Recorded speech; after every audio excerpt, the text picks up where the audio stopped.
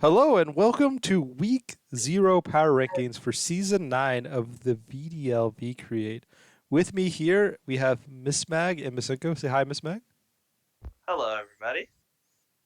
Masuko. Hi, I'm Masenko. Hello. So before we start, as per usual, this is our opinions, so don't take too much, slack if we over or under ranked you. So this is kind of just an opinion based. We took the averages of a multitude of people, so it's not any single person's rankings, and so this is just kind of the aggregate. And in addition, this is kind of a somewhat new format. I don't think any of us have played Series 2 VGC Draft Flood, so it's also, kind of a I little bit, handed. What? Yes? I actually have played Oh, Series 2. Yeah. so then maybe you have a little bit more than some of us opinions, but with that, we can get straight into the rankings. We start off with number 24. Oh yes, also we combined both of the draft pools, so this is all 24 coaches in the VDLV create. Starting at number 24, we have the Lily Cove City Sharpedos. So I'll just throw it off to Miss Mag and say, what are your thoughts on this team? I really like Blank. Blank is an old homie from my very first season in the VDO back in the VDL Searing Shot Division, but I was not a fan of this team. I just felt like there was way too much role overlap in both offensive typings, which I actually think can be a bit positive this generation, but it has to be like the mods have to kind of really do, I feel like, different things. For example, he has three fire types, and while they do all kind of do something different, like Legendary, I get for the priority Tailwind. The Arcanine could be a nice debuff mode or justified with Fergarath, and the Quark Drive, was it Iron Moth? I think could just be a real big special threat. I still think it's just like it's too many mons weak to the same things and not enough coverage for them. Gardevoir and Farafrig, I feel like feel similar roles that I don't kind of understand that. And Iron Thorns just kind of feels like just tacked on there. My favorite part of this team actually is the Skiploom and Garnackle and Farafrig little sort of set up like little core. I think it's a nice way to get Trick Room going decently enough. And Garganackle is just a freaking monster. But yeah, that's what I think about this team. I think it has really pretty solid speed tiers, but that's like its best selling point. Masuko? Yeah, yeah, so a couple thoughts on this team. I like starting with the good. Uh I think that there is a lot of really cool utility options on this team. You have obviously some abilities that all do some cool things, right? You have Armor Tail on Vergarath, you got your Intimidate on Arcanine, you got Purifying Salt on Garganackle, which I think has a lot of utility options. So just overall, Gale Wings, whatever else, and obviously Prankster on Riolu can do a couple things. So I think you can have like a lot of cool strategies that you can do with this team. Not to mention you have like some pretty decent priority options. You have beat up mode potentially. But I'd have to agree with Miss Mag on sort of the issue with types, right? You have three fire types, no water types, right? You have some overlap on like psychic types, I guess, two flying types, three fighting types. It's just like, I don't know. It doesn't feel super cohesive. It doesn't feel like you're making cores out of these mons. They're just kind of like it feels like a random bunch of decently valued mons that don't really synergize in terms of typing. Yeah, I think that's the big thing. I think generally speaking, like most of the Pokemon, if not all the Pokemon on the team, are Pokemon that I wouldn't be upset with having on my own draft team. However, like like we kind of said, they have six ground weaknesses, and their only resists are their D tier Pokemon, and they have multiple fire Pokemon, multiple fighting Pokemon, multiple psychic Pokemon. It's so it definitely kind of feels like they basically could fill their same core of their team with six Pokemon and they kind of just didn't have the extra 5 spots that they could have had by diversifying, having more versatility in their other Pokemon. Yeah, and I also will say, like, obviously, in this meta where you can have terrestrialization, obviously typing, like your type chart isn't as important, but I still think that's only to a certain degree, right? You still need to have certain offensive types being covered here, and I think like defensively as well. You can't terrestrialize every Pokemon every game, so you only get that one chance, and maybe you can make it one Pokemon a ground resist, but you're still gonna struggle to find ways to bring certain mons anyway. So that's my point on that. Yeah. Anything else before we move on to the next one? I will say one other good thing about this team, because I know I started off ragging on it a little bit. I think one other good thing about this team is that if it can get going, this team just puts out the sheer numbers offensively. A lot of these bonds have well over base 100 in their respective attacking stats, even the Garganackle. And I really do like the D tier picks as support, even if I feel like their roles overlap just a little bit. But I'm a little bit biased against Skiploom. I think it's a great Pokemon. So yeah, can't wait to see what you do with it, man. Yeah. But continuing on, we get up to number 23, which is Rebellion. Um, so I guess we'll start off with Masenka. What is your thoughts? So I actually ranked this a little bit higher than the rest of the people putting their rankings in. Not much higher. I think I ranked them 16. Um, my thoughts on this team are that, well, just like the last team, actually, they have Garganackle, so that's kind of interesting to see the bottom two teams both running that Pokemon. Um, I tend to think that this team can be incredibly annoying, and I think that's exactly what Lucian was going for. You have a ton of tanky mons like the Garganackle, like Toxapex.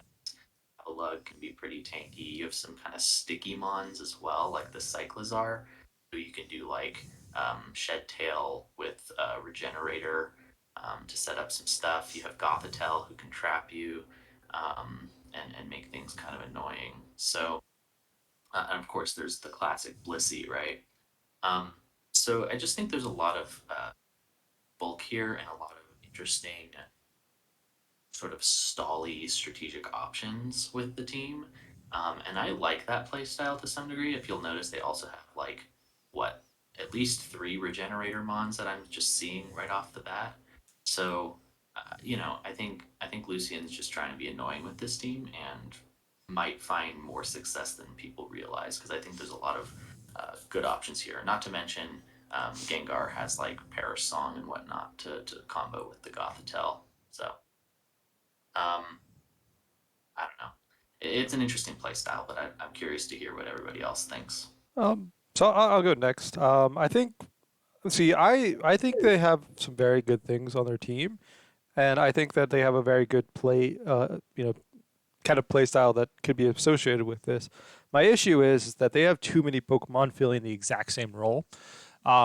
Basically, they have 6 Garganackles on their team.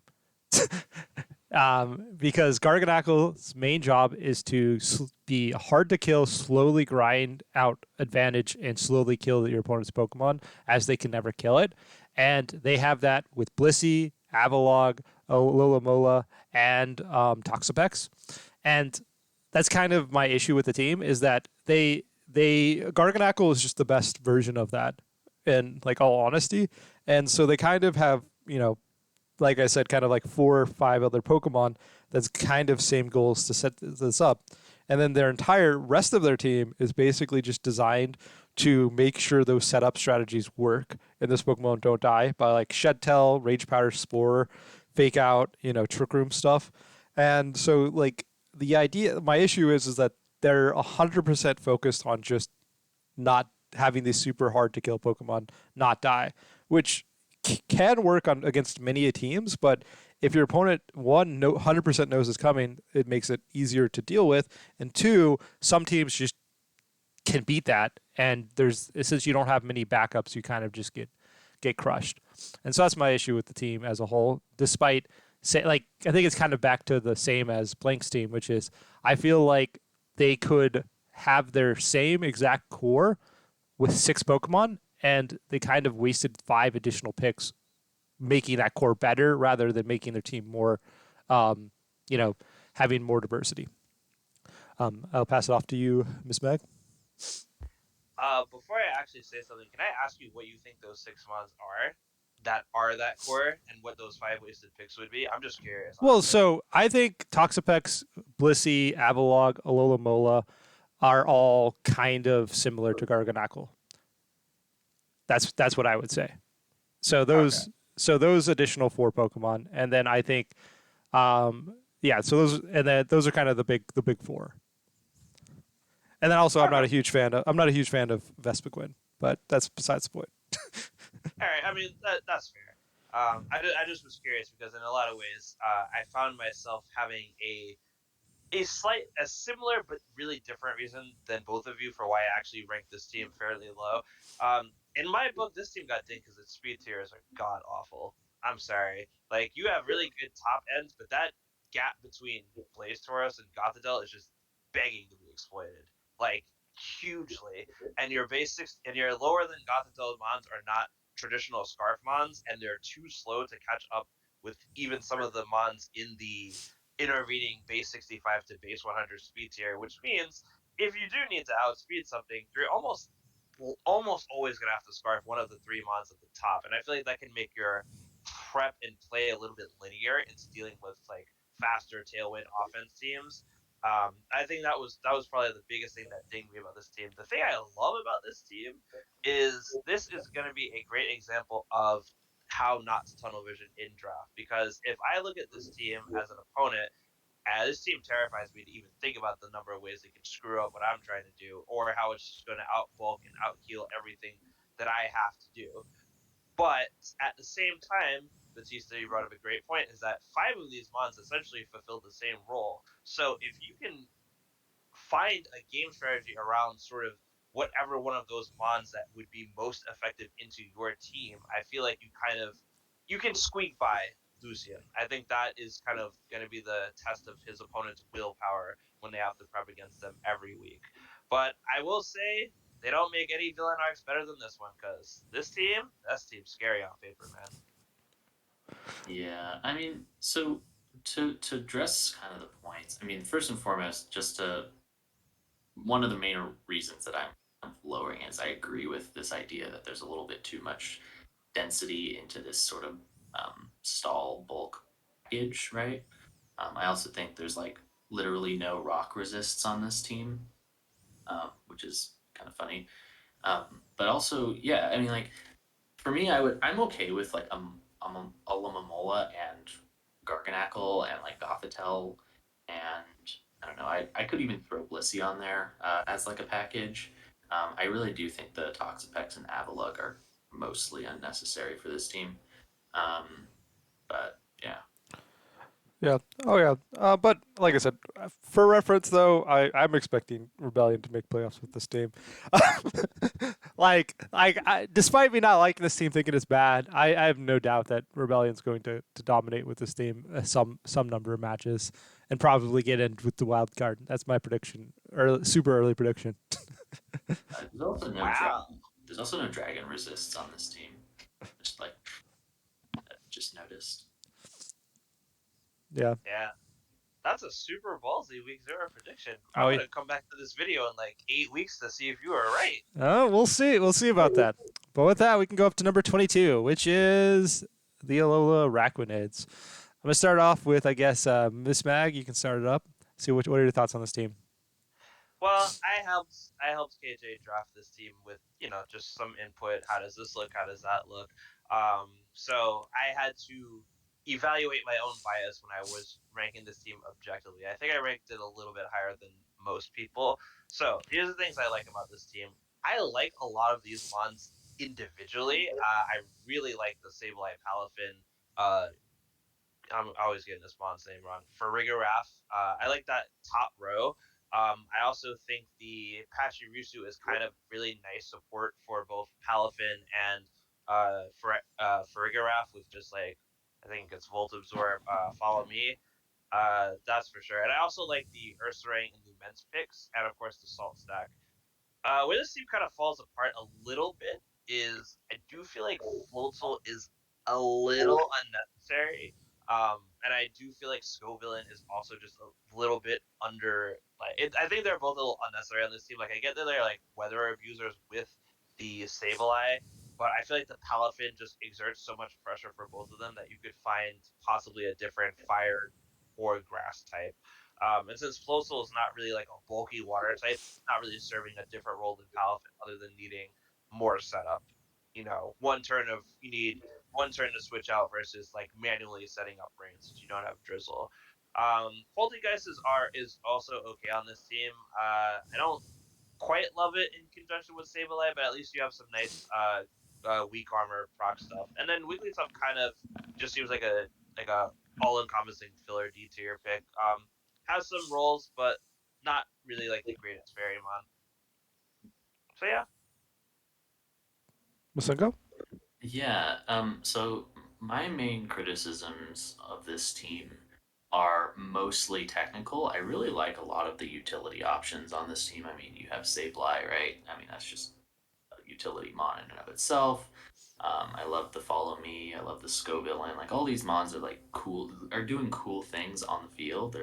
Doing, they're allowing for a lot of creative expression. But two things. First is again, we see another team without any rock resists at all. Every single mon here is either weak to it or neutral. Um, and another thing is, if you look at this sort of special defense of all these mons, it's actually really low, like overall. The highest is Poltegeist, which is not a very defensive mon to begin with. It's a 114 special defense. And then you have, Pachirisu at 90. If you transform into Palafin Hero, that's like 87. Everything else is like around the 70 mark or below. So I think that's a pretty exploitable weakness with this team overall. And I think if you can find some ways to shore up your defensive abilities or like capacity, right? Um, I think this team can actually skyrocket to like one of the best teams here because I really do love a lot of these things. Um, I love the fire, water, grass core of Palafin and Scovillain just by itself. I do think there's a lot of really good stuff here. And I also think picking up a steel type can help in that regard too. If you can find a nice defensive steel type, which the team does not have a steel type currently. So, Um, so for me, I personally, unlike the other teams, I don't find major like faults in this team. I think my why I didn't rank it as high as some of the other teams is I don't see a major synergy that exists within the team, and I also, unlike what you kind of said, Misenka, is I personally am not a huge fan of many of the individual Pokemon on their team. I think a lot of the individual Pokemon on their team are overpriced for the value they get, and so I'd consider them like not great pickups. And so even though like they do some nice things and they have a little bit of inherent synergy, like Follow Me next to like Dragon Dance or Shell Smash, things like that.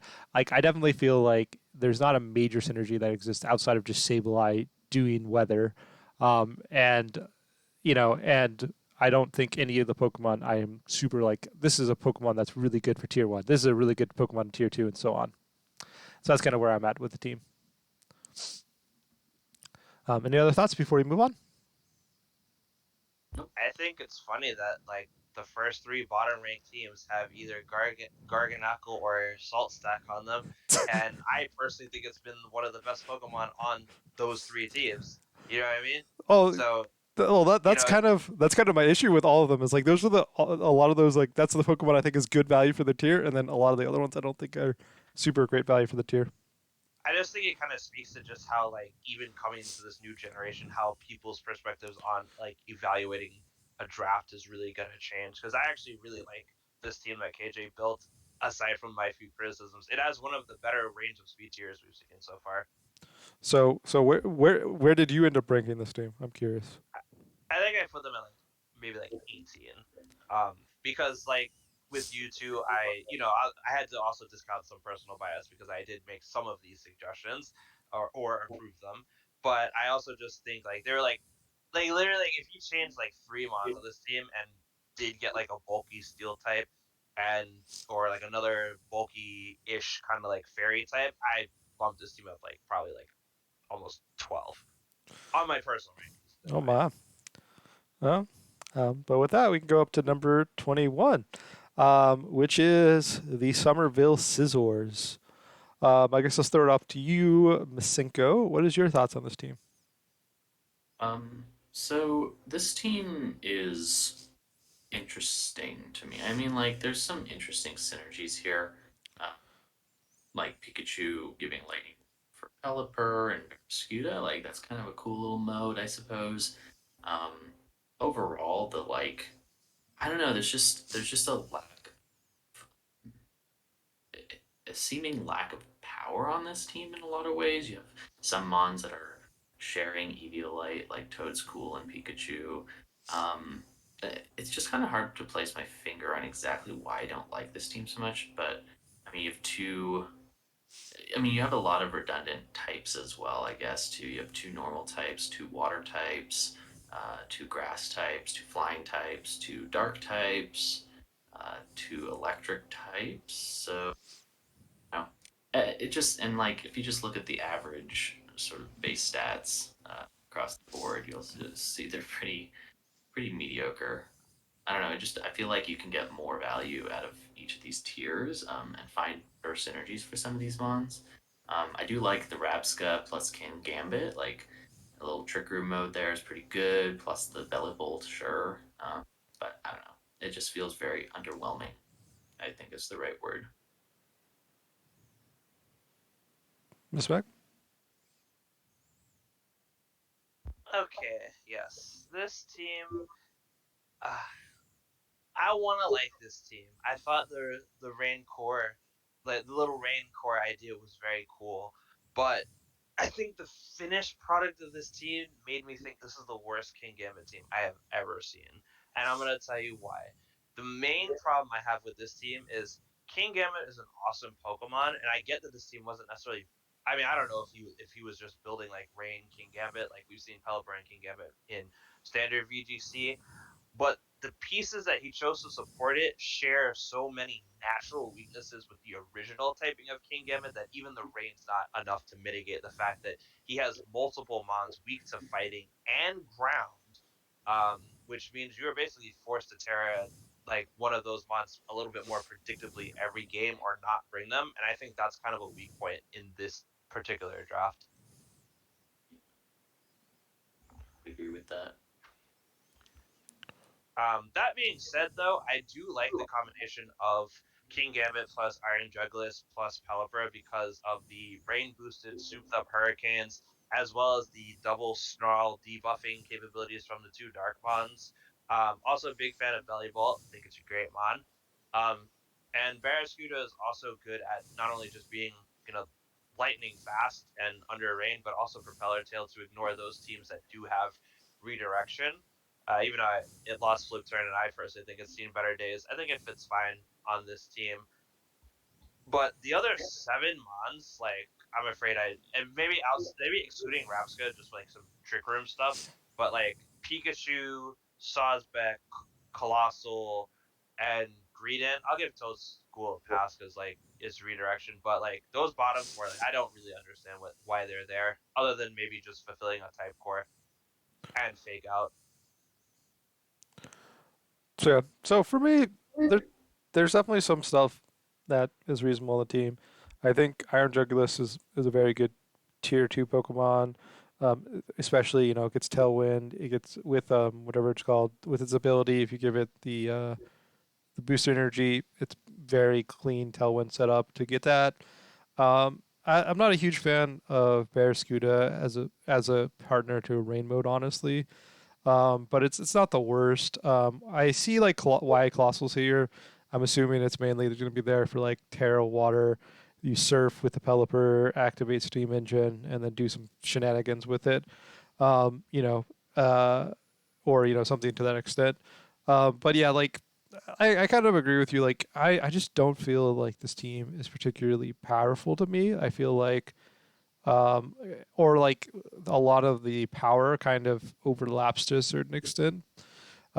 Because like I think for example, you know, I think that Pelipper can be very powerful, but it's not super exciting when you when I'm not a huge fan of like the Swift Swim user. The Sawsbuck is okay, but not great. Colossal, like I said, is very setup oriented. I kind of feel like that's kind of maybe where I'm at. A lot of like setup oriented Pokemon. Um, so it's kind of easy to kind of just find holes in that. But honestly, like I don't have major issues with this team, but I also just nothing really draws me into be like I really like it. But so anything else before we move on? No, for I mean, me, I'll just say this: if if this team can make one change, and actually, I believe it did make one change. I believe it had originally had Venomoth over the Toad Scroll. I think this if this team had a better redirector, Mon for some of these like setup oriented strategies, especially like Greedent and whatnot, I probably would rank this team a lot higher. Because it's like it's just kind of average in both modes, and I feel like it needs something to kind of push one of those modes to make it, like you said, Batista, a little bit more impressive. Mm-hmm. Uh, yeah. but with that, we can move up to number 20, which is the Tatangs. I forgot the first part of the name. But anyways, so yeah, Tatangs number 20th. So guess I'll start off with, I don't know, Miss Bag. You can start off. Why not? Okay, so here's my quick and dirty about this team. This team has really, and I mean really, solid speed tiers. They have one of the more faster mods in the format, being the Meowscarada. Also hits like a truck. They have Mousehold, which is just god tier incarnate, honestly, in draft. And they also have at the slow end, they have Bronzor and they have Gastrodon.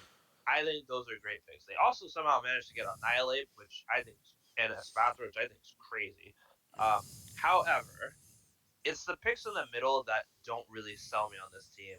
I know people are a big fan of the little fire croc. I think it's called Crocalore, just because like it's got unaware, Eviolite, that all that jazz. But I'm not sold on it, and I feel like his team has too many mons competing for Eviolite that really would not appreciate too many other choices in items.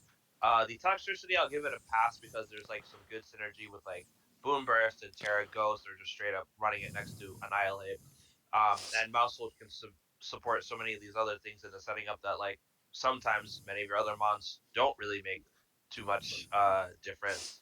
And I know he's pretty high on the Chromominable. I am not, but I am very much open to be proven wrong. Uh, Miss Ingo? Yeah. I mean, just to echo a couple things. First, Eviolite is a little competitive. I'm curious what you guys think about Crocalore. Um, I see people picking it in a lot of leagues. A couple of teams picked it here as well in BDL.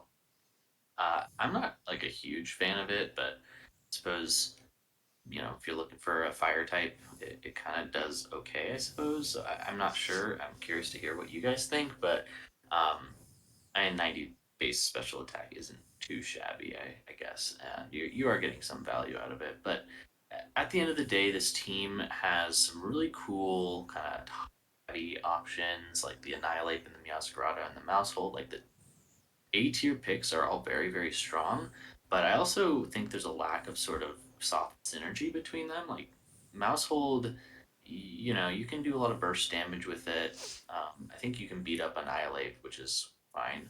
But like I don't know, like Meowscarada, you're usually pivoting with it. You're not really trying to set up too much.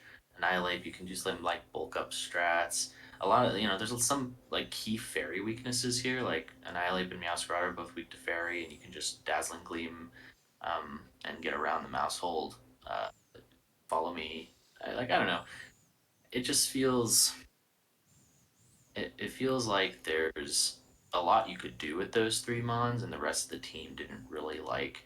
come around to supporting them as well as they should have.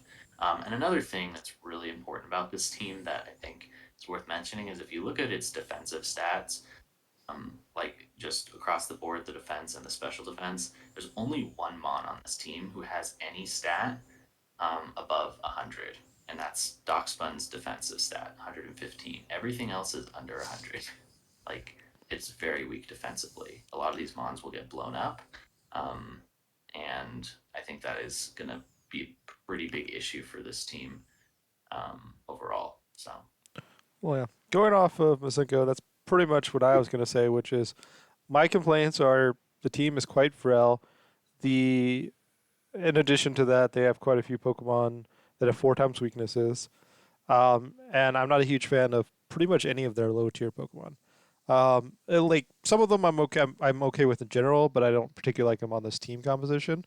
And so basically, this team, it's gonna fly or die with its A tier Pokemon, and that's kind of how I feel. Which those are all individually incredibly powerful A tier Pokemon, and many people are going to struggle with just Mousehold next to Annihilate, Mousehold next to Meowscarada, and either follow me or double damage or beat up and drain punch or beat up and whatever rage fist, and that's definitely can definitely get some people off guard. However, I feel like that's going to be what you're going to have to do most of these times. And as we see, they have 3 non fully evolved Pokemon, in which most of them I really like having Eviolite, and so it's kind of also minimizes the different combinations of Pokemon you can bring in the same match. I also don't really like the speed control too much on this team. Like, they have some fast Mons, obviously, but your Tailwind setter is what? Like Scyther? Your Trick Room setters are Bronzor and Espathra and Mouscarada. So, um, and like getting Trick Room up for your Gastro and Crabominable isn't like super useful anyway to some degree. So I don't know. It's like there's some really cool pieces on this team. I think a couple trades could definitely make this team become a powerhouse. Um, but at the moment, I just feel it feels disjointed. Uh, with that, I guess we can go up to the next one.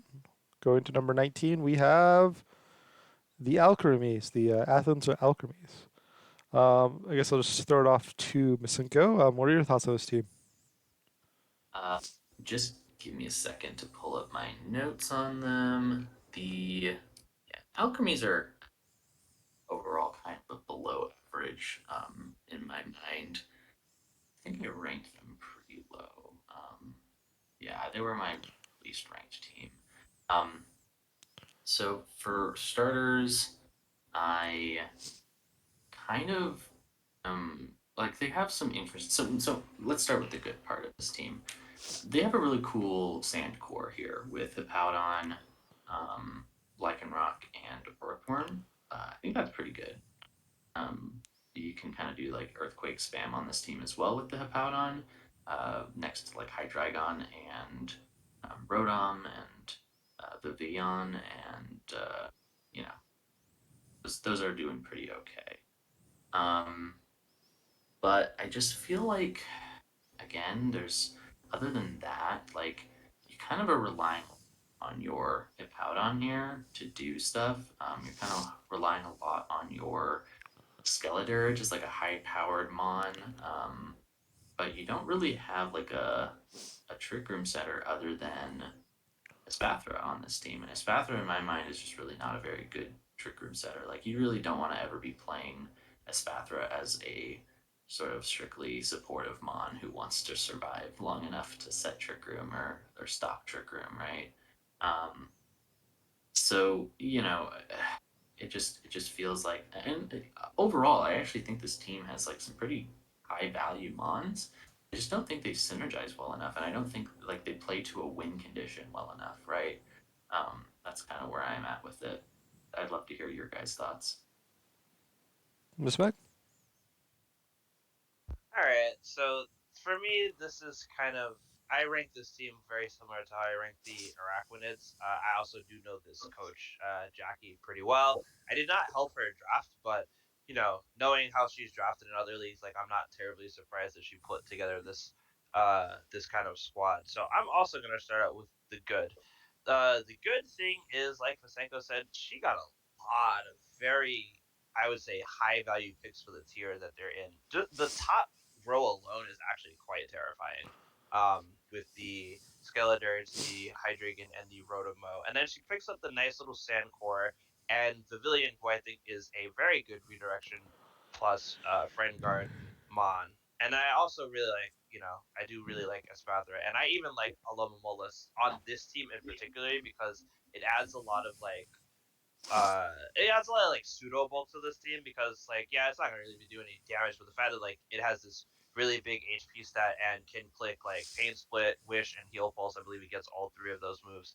Means that some of her not as bulky, but you know, dominant offensive threats can have a lot more longevity. So those are the good things. The things I don't like about this team, I will legitimately go on record saying that I think Phalanx, Glalie, and even Orthworm on this team are completely wasted spots. I do not see any real value that they're bringing to this team.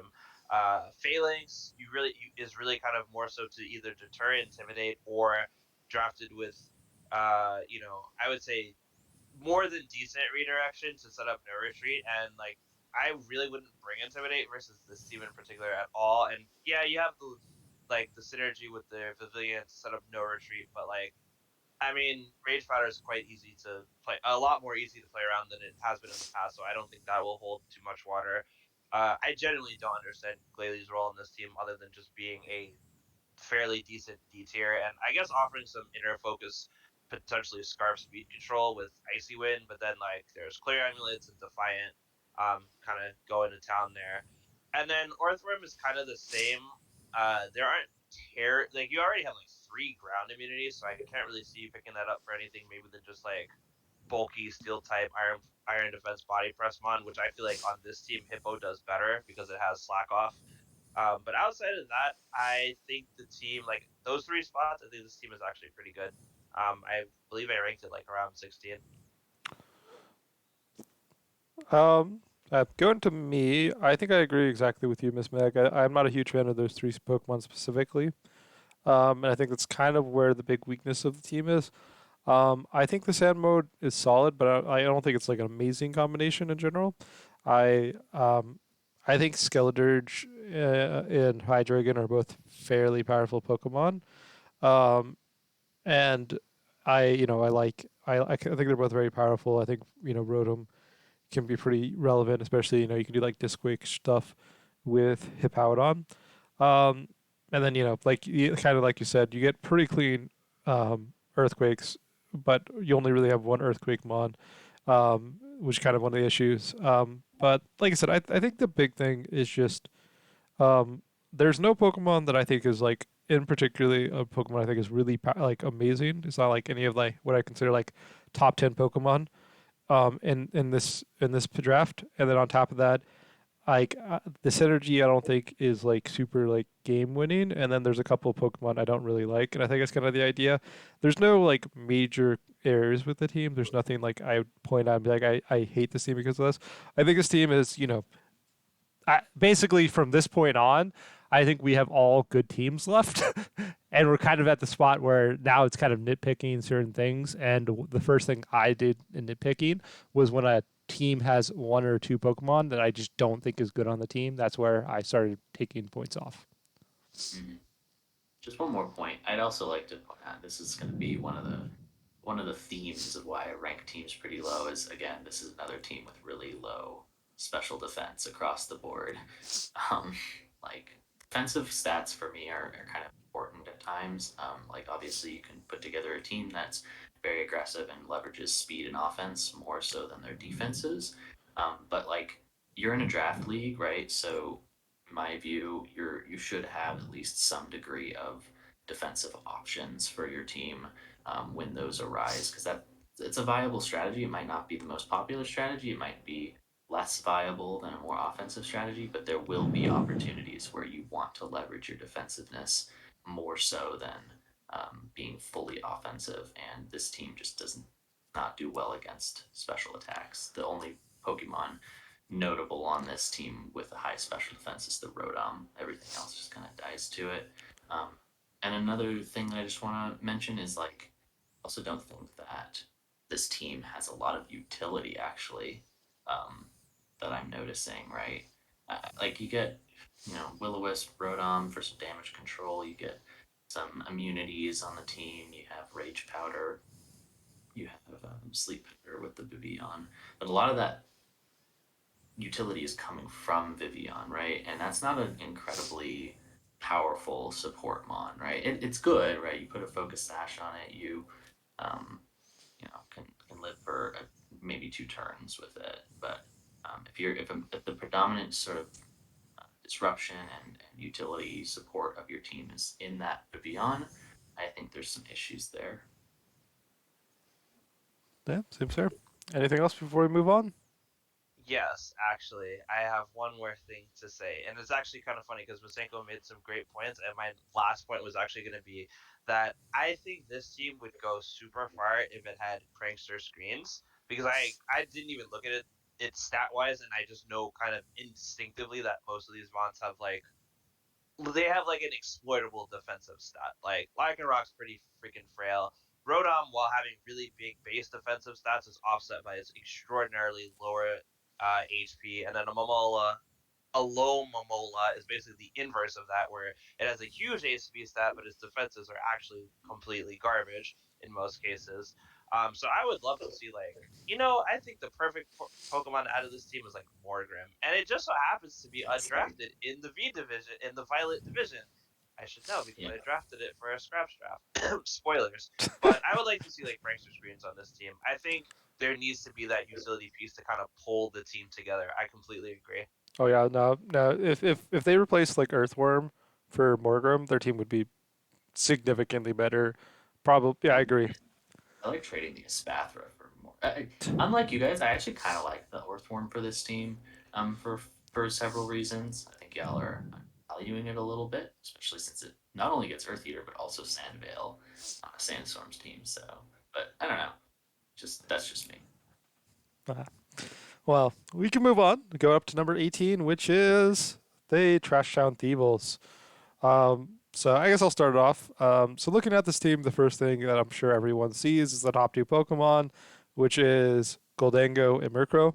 That's a very powerful combination, very successful in VGC, and that by itself makes the team a very big threat. I think my biggest problem with the team kind of goes with twofold. One, I'm not particularly a big fan of a couple of their lower tiers. I don't think they give too much value to the team.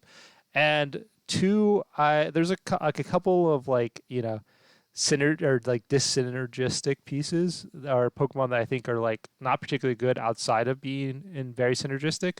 And so, for example, I don't think that Flamigo is that good without like kind of a co-star combination, and there's really not a great way to do that on their team other than just like maybe like a nasty plot.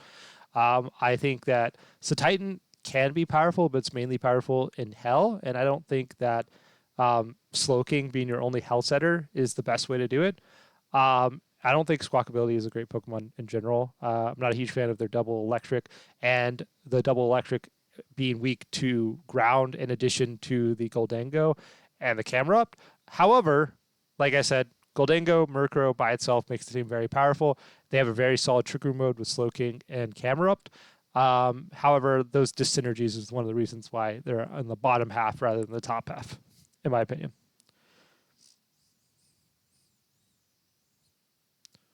I guess I'll pick it up from here. So starting with the good on this team, I mean, this team has some ridiculous utility with just the Murkrow, with the Bruxish getting like dazzling as a great ability. I love the. I actually really like the Slow King Titan combo. Honestly, I think Slow King getting like a slow pivot, um, and setting Hail into a Titan with like a regenerator is like a pretty good combo and can be pretty consistent overall. And I think Titan's just an insanely good mon overall as well, especially with like thick.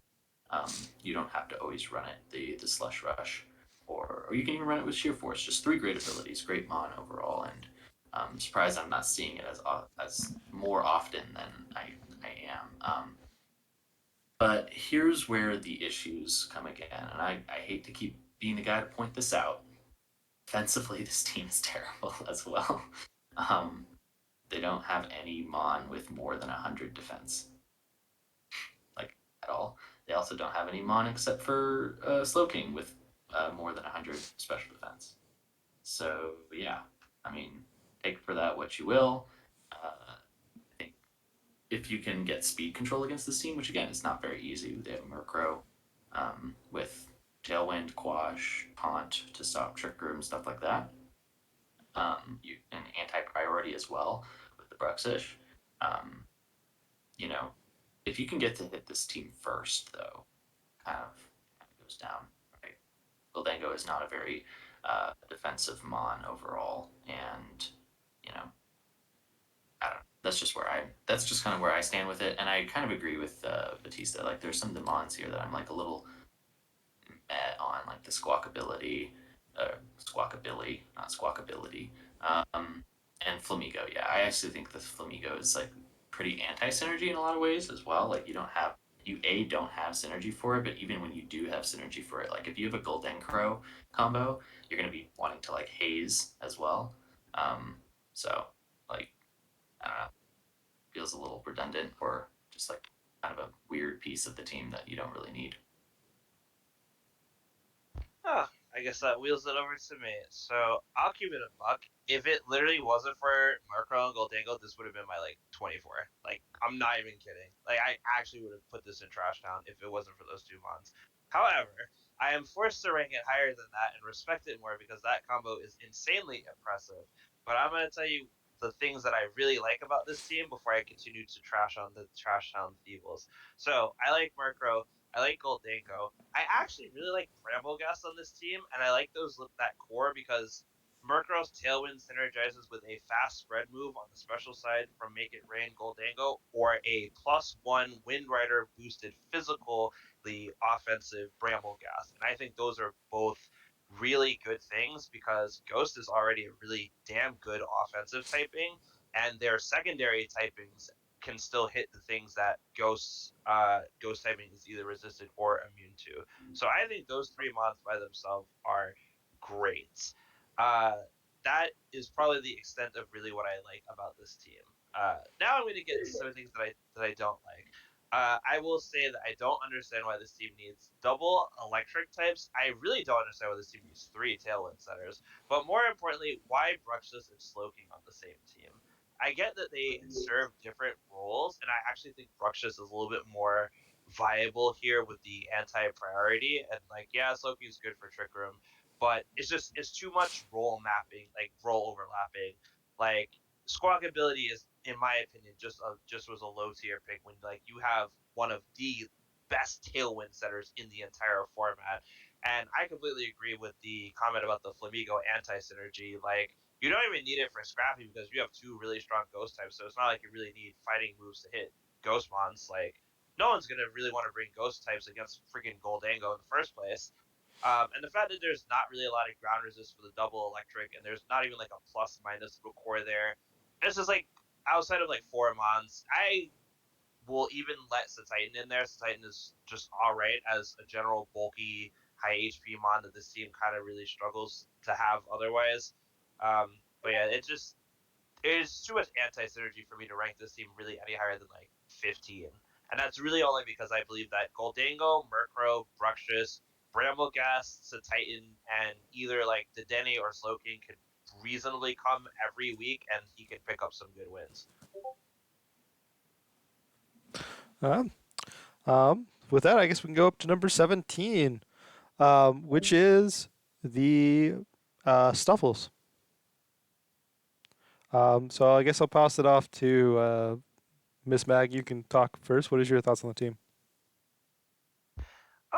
So Casino Boy makes some very interesting draft teams. I've followed him in a few different leagues, and every time I look at his draft teams, I am both intrigued and confused at the same time. And the confusion isn't bad. It's just from the perspective of different coaches, like it's hard to see where people what people value. That being said, I actually really like this team. I just don't like it as much as some of the other teams I ranked higher. I think it has a very nice excuse me, range of speed tiers.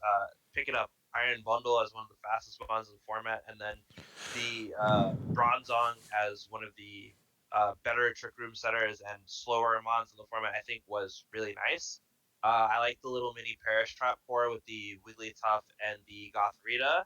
I also like the little rain sort of synergy with the water, the bulky water type in the well in the Iron Bundle, but also just like Rain was nice for the Bronzong. Dragalge is really nice under Trick Room, and Brute Bone is Amoonguss plus a whole crap ton of offense. And I think those are good pieces. Outside of that, I'm not super fond of Palafin on this team. I don't really understand what his role is other than being a ground type. Uh, and I guess a ghost type for this team because it doesn't have any other ones. It really doesn't hold weight as a trick room sweeper because you're already got Dragalge, which is superior trick room sweeping offense in of the highest order. And since there's no, I don't believe there's any like funny proc ways for the water compaction weakness policy set. So I'm not really seeing the value with that. Strudel I get as like a low tier pick, and also because like it gets prankster, but I'm not even super high on Grafia, and that's the evolved form. Also, don't think Pikachu really serves too much purpose here, other than like fake out. Like, yeah, it gets lightning rod, but I feel like with Terra and you're like four mons that are, or three mons, I should say, that are uh, at least either immune or resistant to electric. Like, I don't really think it's necessary. Yeah, seems like an alright team. Well, so unlike you, I do think Palossand has a purpose. So I think that they're very solid trigger mode. Dragalge is very powerful. However, it's really only powerful with its adaptability boost. And so it's specifically powerful when using poison and dragon moves. And what resists poison and dragon is steel, and so you get the stab ground coverage in order to deal with the steel Pokemon a little bit more. And so that's kind of my interpretation of that. My issue kind of revolves around I don't like their low tiers. I like Pikachu. Yes, I understand. You know, you have a rain mode, so you kind of want to do a you kind of want to do like lightning rod. But the problem is like both of your water Pokemon have free like have pivoting moves and U-turn and flip turn, and so they can very easily just switch out and then switch into one of the electric resistor immunities that you have on their team, and you already have fake out on your Gothita. I agree with you. I'm not a huge fan of Strudel or whatever it's called. And unlike you, I also am not a huge fan of the Wigglytuff, and this kind of goes to the other weakness of their team, is I feel like their team is very lacking on physical offense. And Wigglytuff I really like as a Pokemon when your team is very weak to Intimidate, as just kind of a way to punish it, or when your team is like really weak to Snarl spam. And I don't think it has that strength. And in addition to that, it kind of shows that their only physical attacker is pretty much just Tauros. And so, like brute bomb it to a certain extent, but for the most part, it's basically Taurus is your physical offense, and that definitely makes your team a lot easier to prep for, especially when Snarl, Light Screen, and Assault Vest exists. But I mean, those uh, are fair points. yeah, but like you said, I think in the rain, whatever Delibird, fake Delibird is really powerful, and I really like the Trick Room mode. Bronzong is, I think, one of the best Trick Room setters, and has Bulldoze proc weakness policies for Dragalge, very powerful. And we've seen that many times in previous seasons of the VDL. Yep. It's like I said, like it's not a good team. It's not like an extremely like stellar team, but it's not an extremely bad one either. I'm actually really curious to see how he will pilot it. And the sort of the point on the Weasley stuff, just to go back, I do agree that like its sort of primary role is a little bit diminished here because, I mean, like you said, his team's not terribly weak to intimidate, and even his special attackers don't have like I would say reliable ways to go physical, even like just to surprise you. So it really is just going to come down to throw on ice screen. But I like the little Perish Trap core just as kind of like when we were talking about Lucian's team, like just things to get opponents to tunnel vision for. I mean, Wigglytuff is maybe not the best Perish songer ever, but I know the coach of this team is very close to Pedons, and I know Pedons loves Perish Trap, so I can't say I'm very terribly surprised to see it on this coach's draft either, and I'm sure they will pilot it to as best as they can. But with that, I guess we can go move up to number 16 because I believe Masenko left us, and we can go to the Tentacle Pirates. So, what are your thoughts on the Tentacle Pirates? All right, so here's my thoughts. I think DJS drafted nearly probably this a similar team that I would draft if I was competing this season. I like that he leaned in on mons that get a lot of utility, but also have a lot of either bulk or they have a lot of offense, like Grimmsnarl, Mudsdale, Iron Hands, Noivern, Volcarona, Mischievous, Stantler. I think are all phenomenal picks. Even the Lucario with the Terra Normal Extreme Speed, and that's if I'm counting right, that's literally like 8 Pokemon right there. Forget the fact that I'm holding up 9 fingers. Teacher can't count. But after that, the team kind of falls off just a little bit for me. I just think I get that Hypno's a low tier and it has Inner Focus Trick Room, but I've never been super high on it, honestly. Just that's just kind of it. I also get like Quillfish is nice because like you get Intimidate, but like and I believe it gets. Oh, he also gets Eviolite. Yeah. I don't think so in Does this it get one. Eviolite because of the same reason Sandler does? Because of the I, Evo and I, Arceus? I need to check that one, but if it does, then maybe I undervalued it as a Pokemon, but I don't think it does. All right, that's fair. Well, even if it does, I feel like it's providing us a similar enough role to Stantler in some ways that I think might be just a smidge bit of role overlap. And the Oricorio, I get it for like Tailwind that can't be faked out, but like I also just think it's not. Like I just feel like there's like a better pick for those 3 months. But outside of that, the speed tiers are great. There's a lot of different offenses on both ends of the spectrum. But yeah, it just didn't quite. It just needs like that little bit of refinement. I think for me personally to rank it a little bit higher. I don't even actually remember where I put this team. Honestly, let me check. I think you and me both put it a little bit higher than this ranking. Um, I like this team. I like a lot of aspects. I think Iron Hands is really good. I think they have a fast Tailwind setter in Noivern, but they also have like a bulky Tailwind setter in Volcarona. They have Rage Powder support, so you can get like Sword Stances off with Lucario or Belly Drums off with Iron Hands. My big issue, honestly speaking, is I feel like a couple of their Pokemon kind of just do the same thing. I don't like Hypno on the team in general or next to Sandler because they're both mainly Trick Room setters. Sandler's bulkier and gets basically all the things that Hypno does, which is basically mainly screens and Trick Room. I also don't like Mischievous on this team because it mainly does what Oricorio does. Because Oricorio is also a ghost Pokemon that has Levitate, and they have a lot of the similar moves. Um, so like that's definitely I think one of my big issues with kind of the team. I'm not a huge fan of Quillfish in general. I think Intimidate is not something I particularly value that highly, and Quillfish is mainly there as an Intimidate body, which would be okay if they didn't already have Santler as an Intimidate body. And that's kind of where I think a lot of my strengths or my weaknesses on the team, which is I don't like any of their low tier Pokemon. However, I do think that Lucario is very powerful, especially with Tailwind support. I think the Fake Out and Bulk I think they have a reasonable Trick Room setter. They have the little dancing core with Volcarona and Oricorio.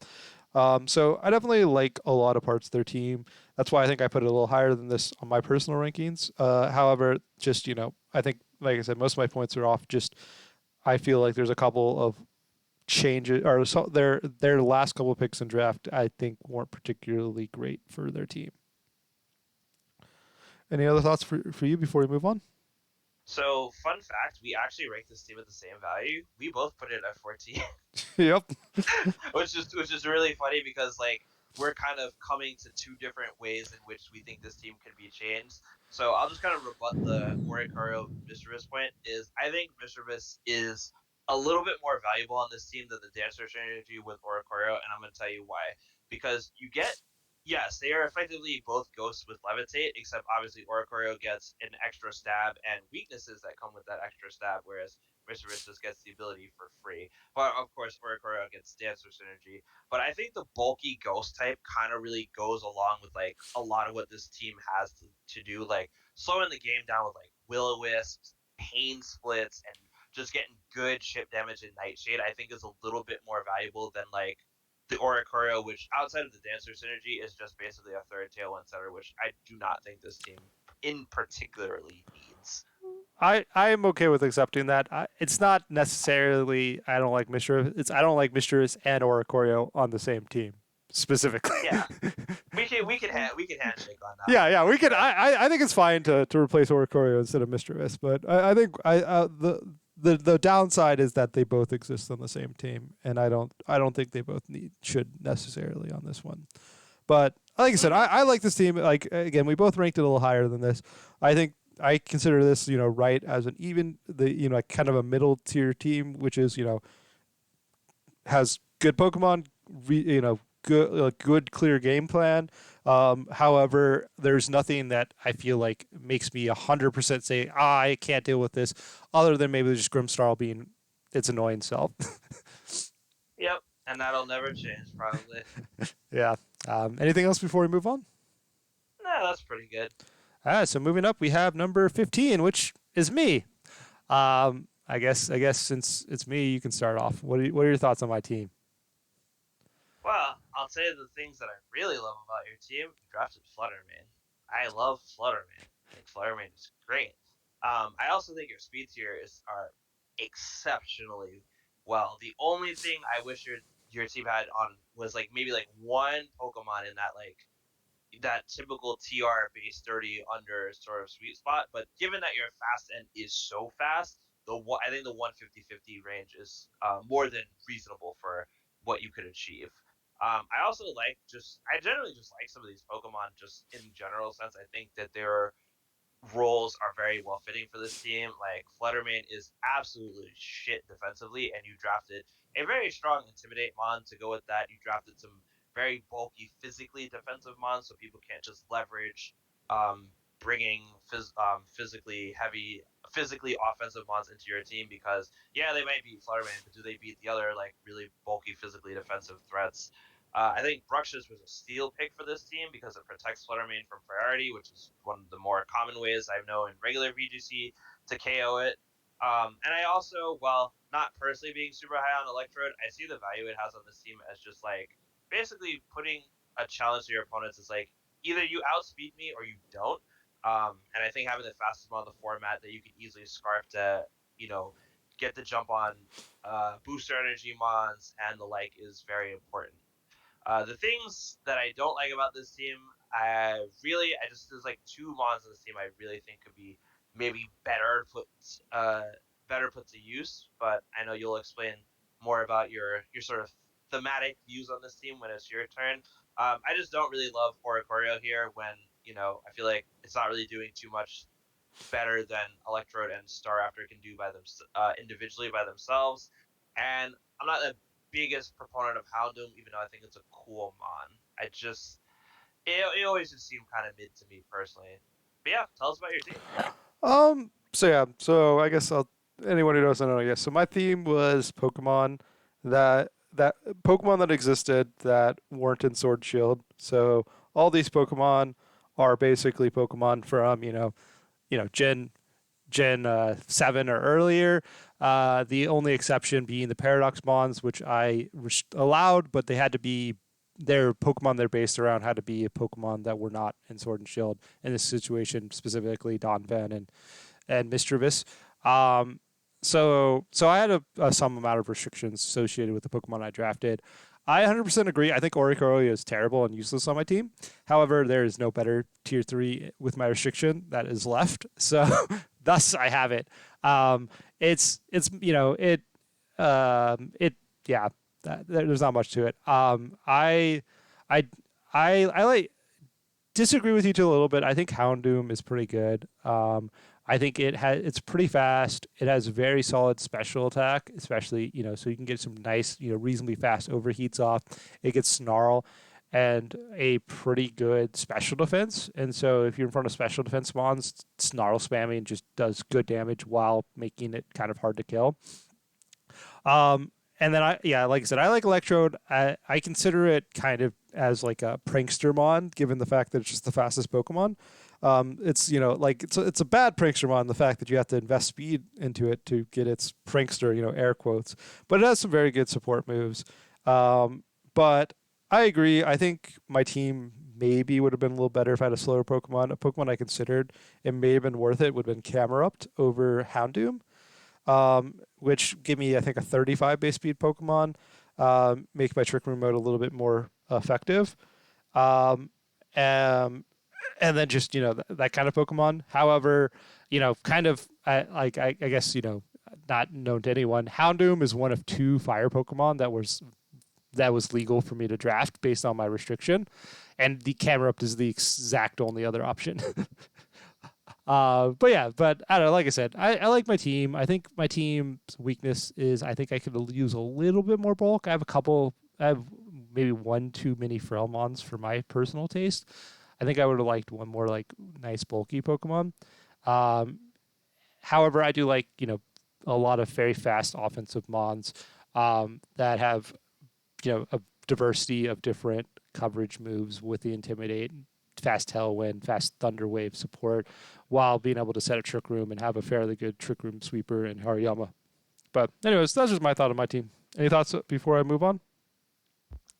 No, I think between the both of us, we summed it up nicely. But was the camera up drafted in your division? Would it be possible to like swap that back I if you think it. really wanted to? I think it ended up getting drafted. I'm not 100% positive, but I believe it got drafted somewhere near the end of the draft.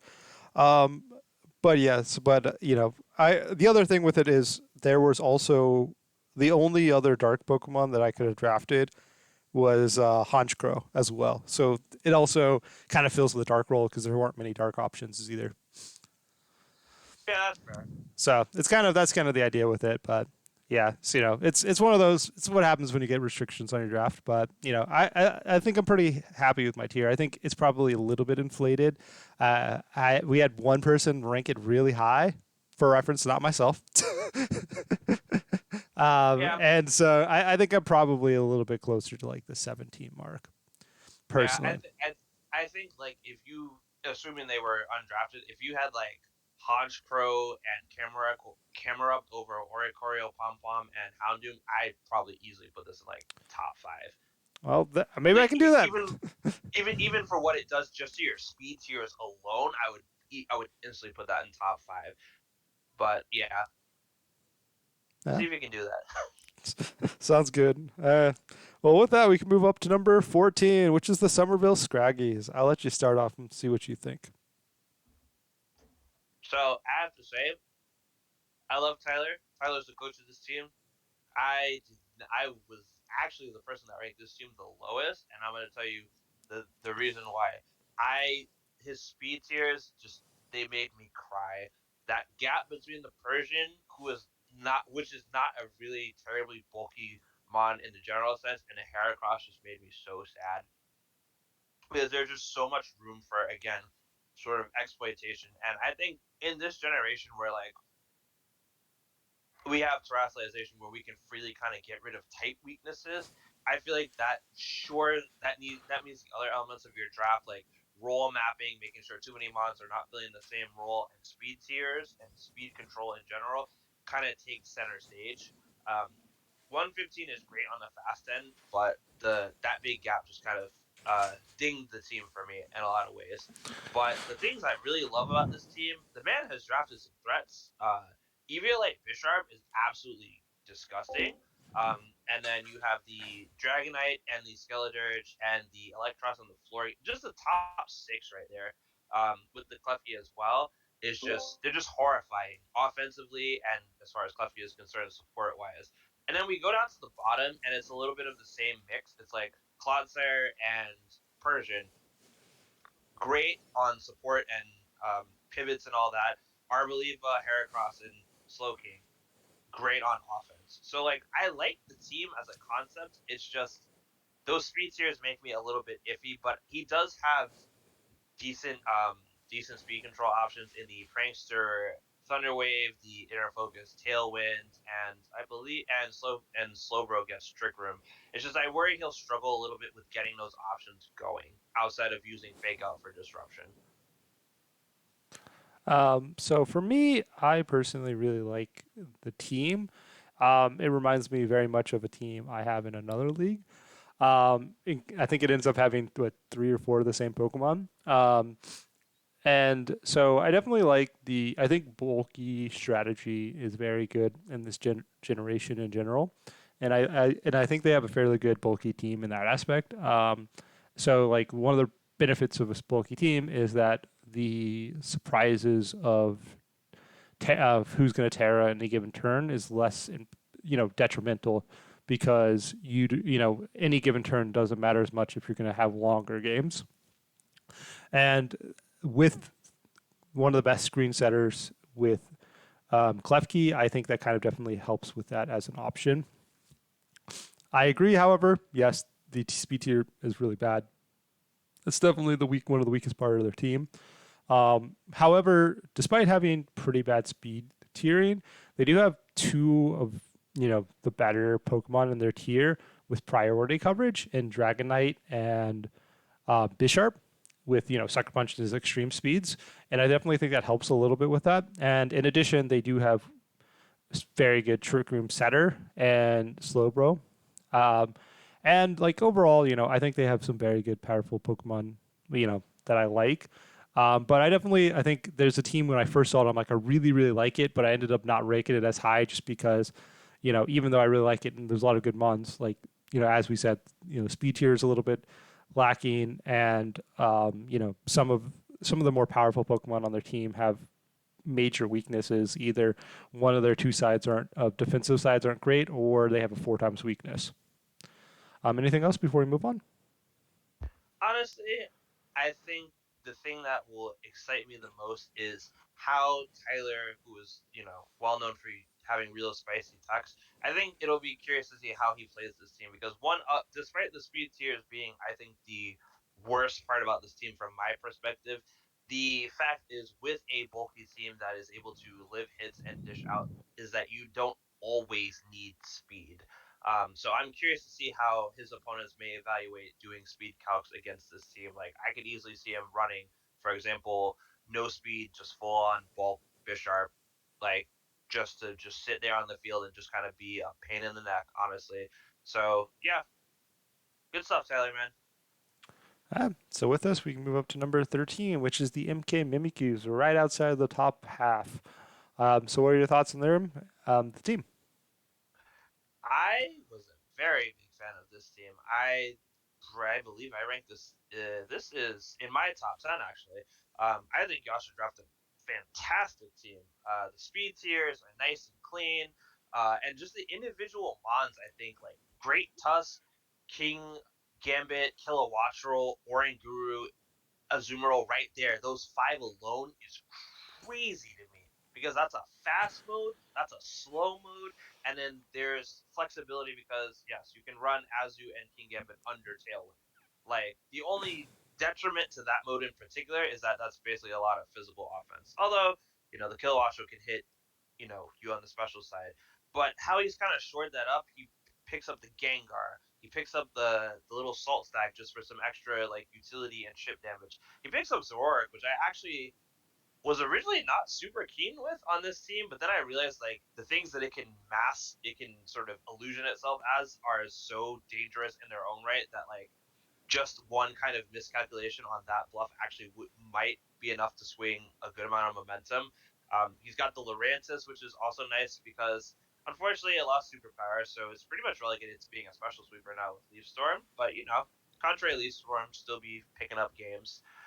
The only things I don't like about this team is I do not like the low tier picks pretty much at all. Although I will give this team a pass on the Crocalor because I actually think it fits a better role here than on the teams I've seen past. It's just a shame that it has to compete with the Salt Stack with the Eviolite, who I think is the better Eviolite user. But other than that, he drafted a really good team. So I will say that looking at the team now, I think I might have underranked it in my initial pick. Um, I do think that their tier ones are very powerful. I like all of them.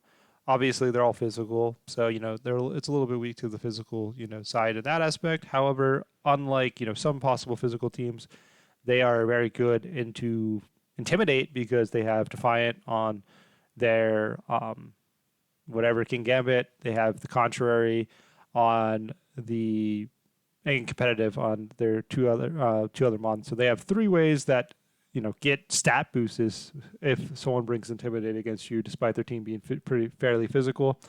Um, they have Tailwind, which can they have a couple of reasonably good tier Tailwind mons. Specifically, I think Great Tusk is a very good Tailwind mon because it's reasonably bulky, especially with an assault vest. It's incredibly hard to deal with, and has good attack while being in that like not super fast speed tier.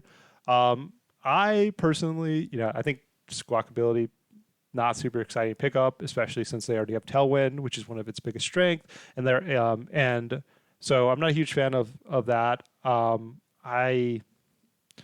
not a huge fan of Zoroark in general. I can see, what you're saying. It's not the worst at, mimicking a couple of these Pokemon. I'm definitely not a huge fan of it generically. Um, but I definitely think they have some very good strengths with it. And I definitely like a lot of aspects of the team. And I think the team seems very scary. With, very good physical attackers, a couple of very good special attackers that are really fast. I think my issue kind of is that um, they have a fair number. Most of their special attackers are fairly frail, which makes the team you kind of be able to punish them for that. But any other thoughts before we move on? Nah, I think that pretty much sums it up. I do agree with you on that fact. I didn't take that into consideration that their special side, while they do have them, they are quite frail, and it's very hard to like, even with a defensive Terra, like they're still gonna take significant damage from that. So it will kind of be leaning a lot on the physical mons and the salt stack to kind of be carrying the weight. Mm-hmm.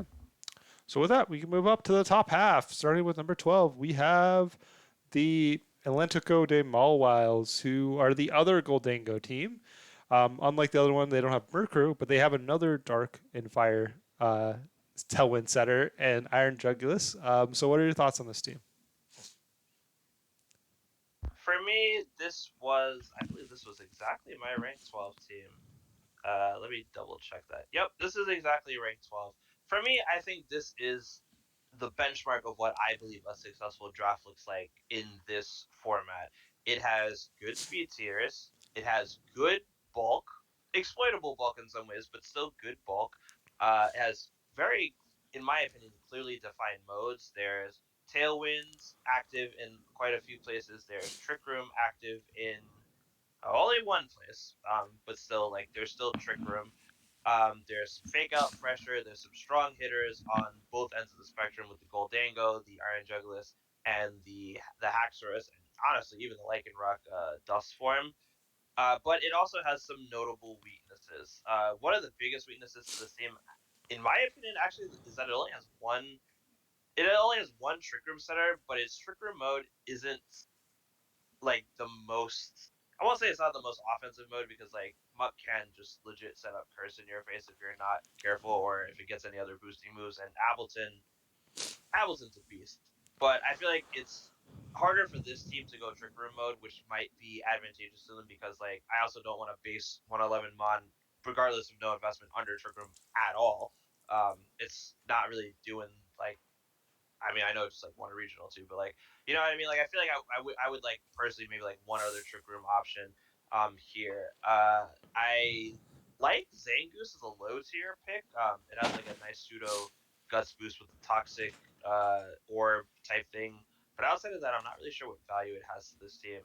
So yeah, this is exactly what I would say is a mid level team for me. Um, I kind of agree with you. I personally like Iron Jugulus quite a bit as a tier two Pokemon.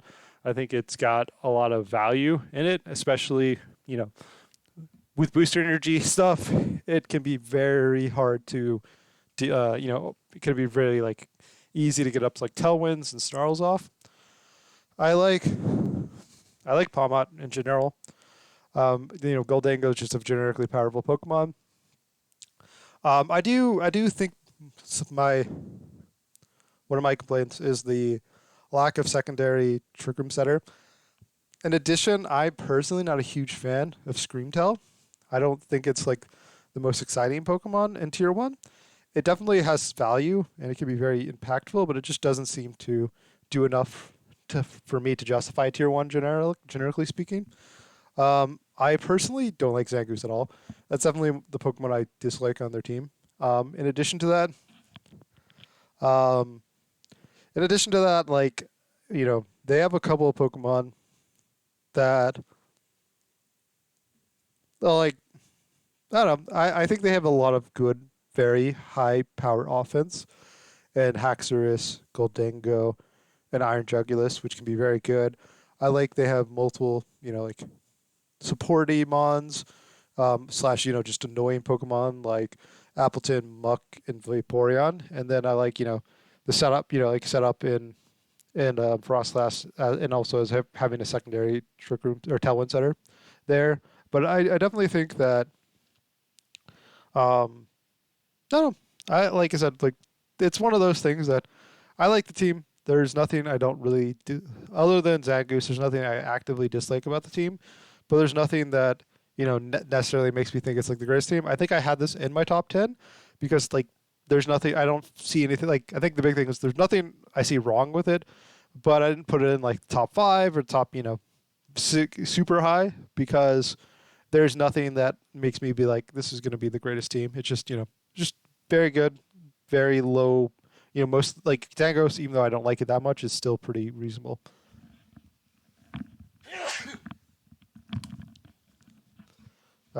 Any other things before we move on? Yeah, no, I understand what you're saying about Screamtail in like you say in the general sense.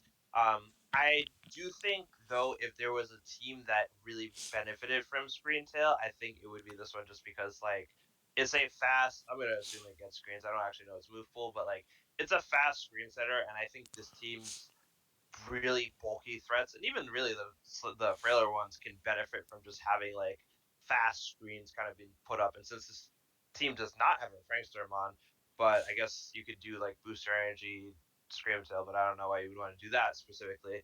And I actually really like Zangoose. Don't sleep on it. That mon's move pool is deceptively good. Like quick guard, final gambit. It gets a lot of surprisingly good coverage moves, but Gen 3 normal type privilege would be like.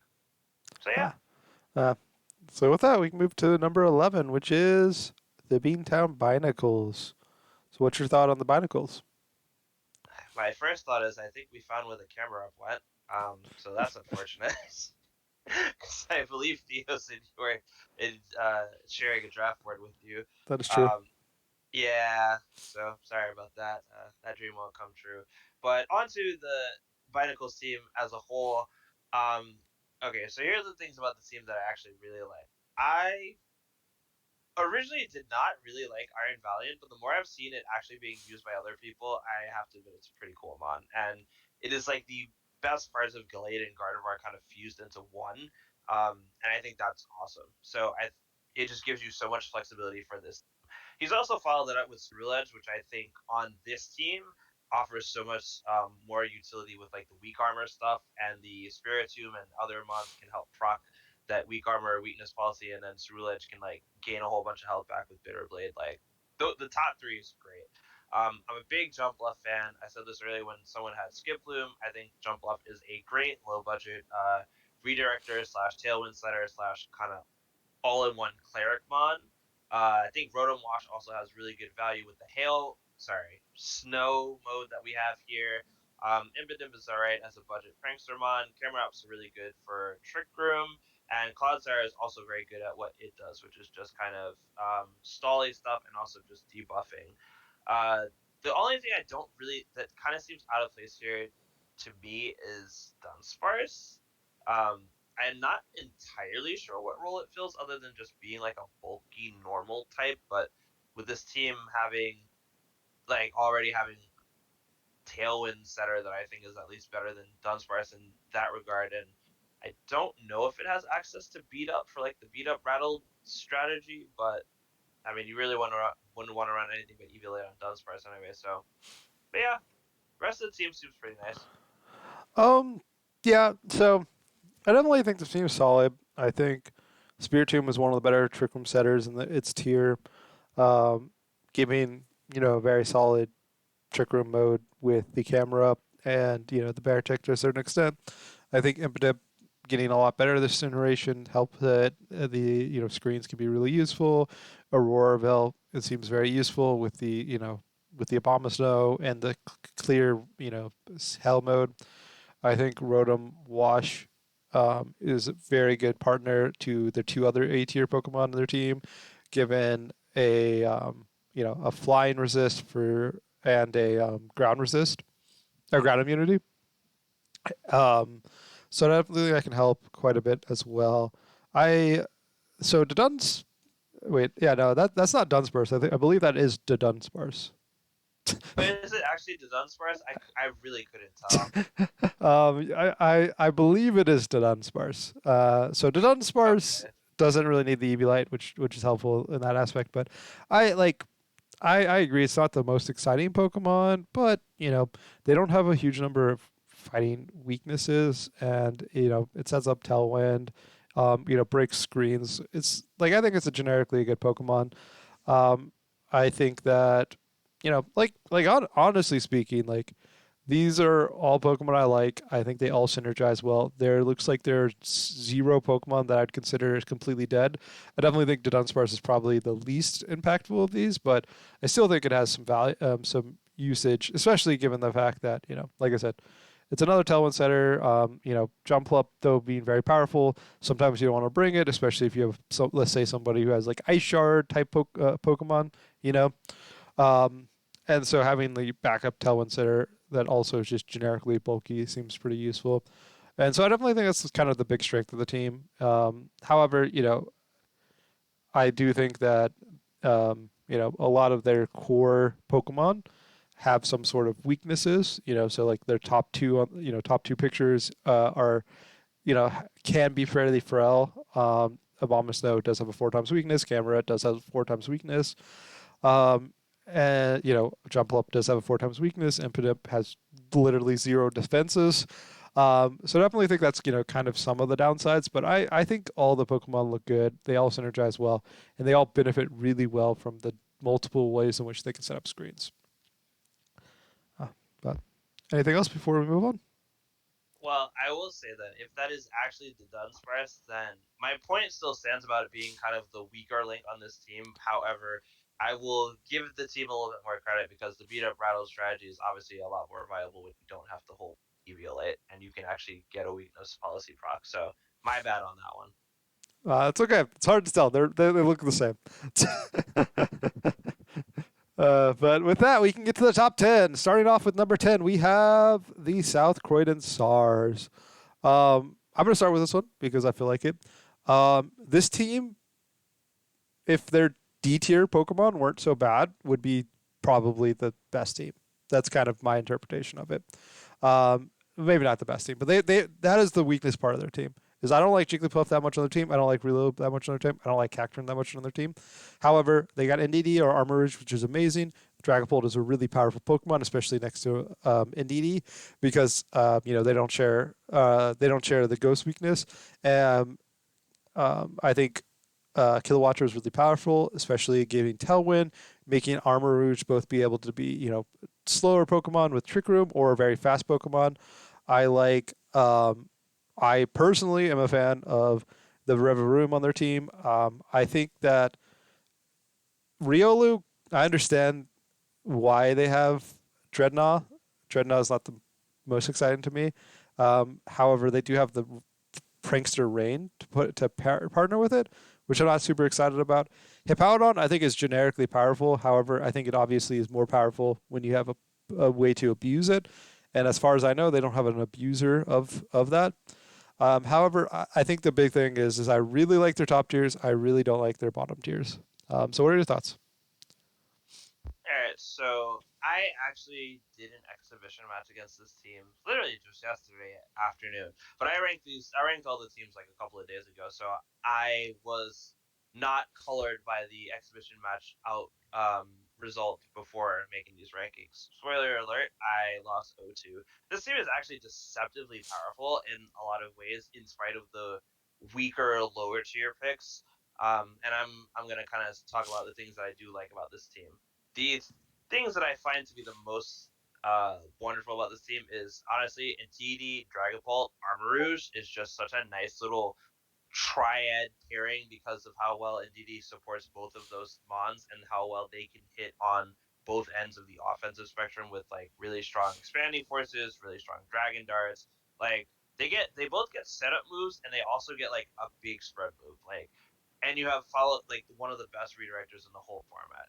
That is just phenomenal. And then he follows it up with this like nice little Disquake mode with the fast discharger, which I think is more important than a faster ground type, with the Kilowatcher, which also sets Tailwind, and the Hippo, which, while he does not have a speed abuser of sand, he does have Cacturn. Cacturn does get Sand Veil. You can slap a Bright Powder on it. You kind of know where this is going.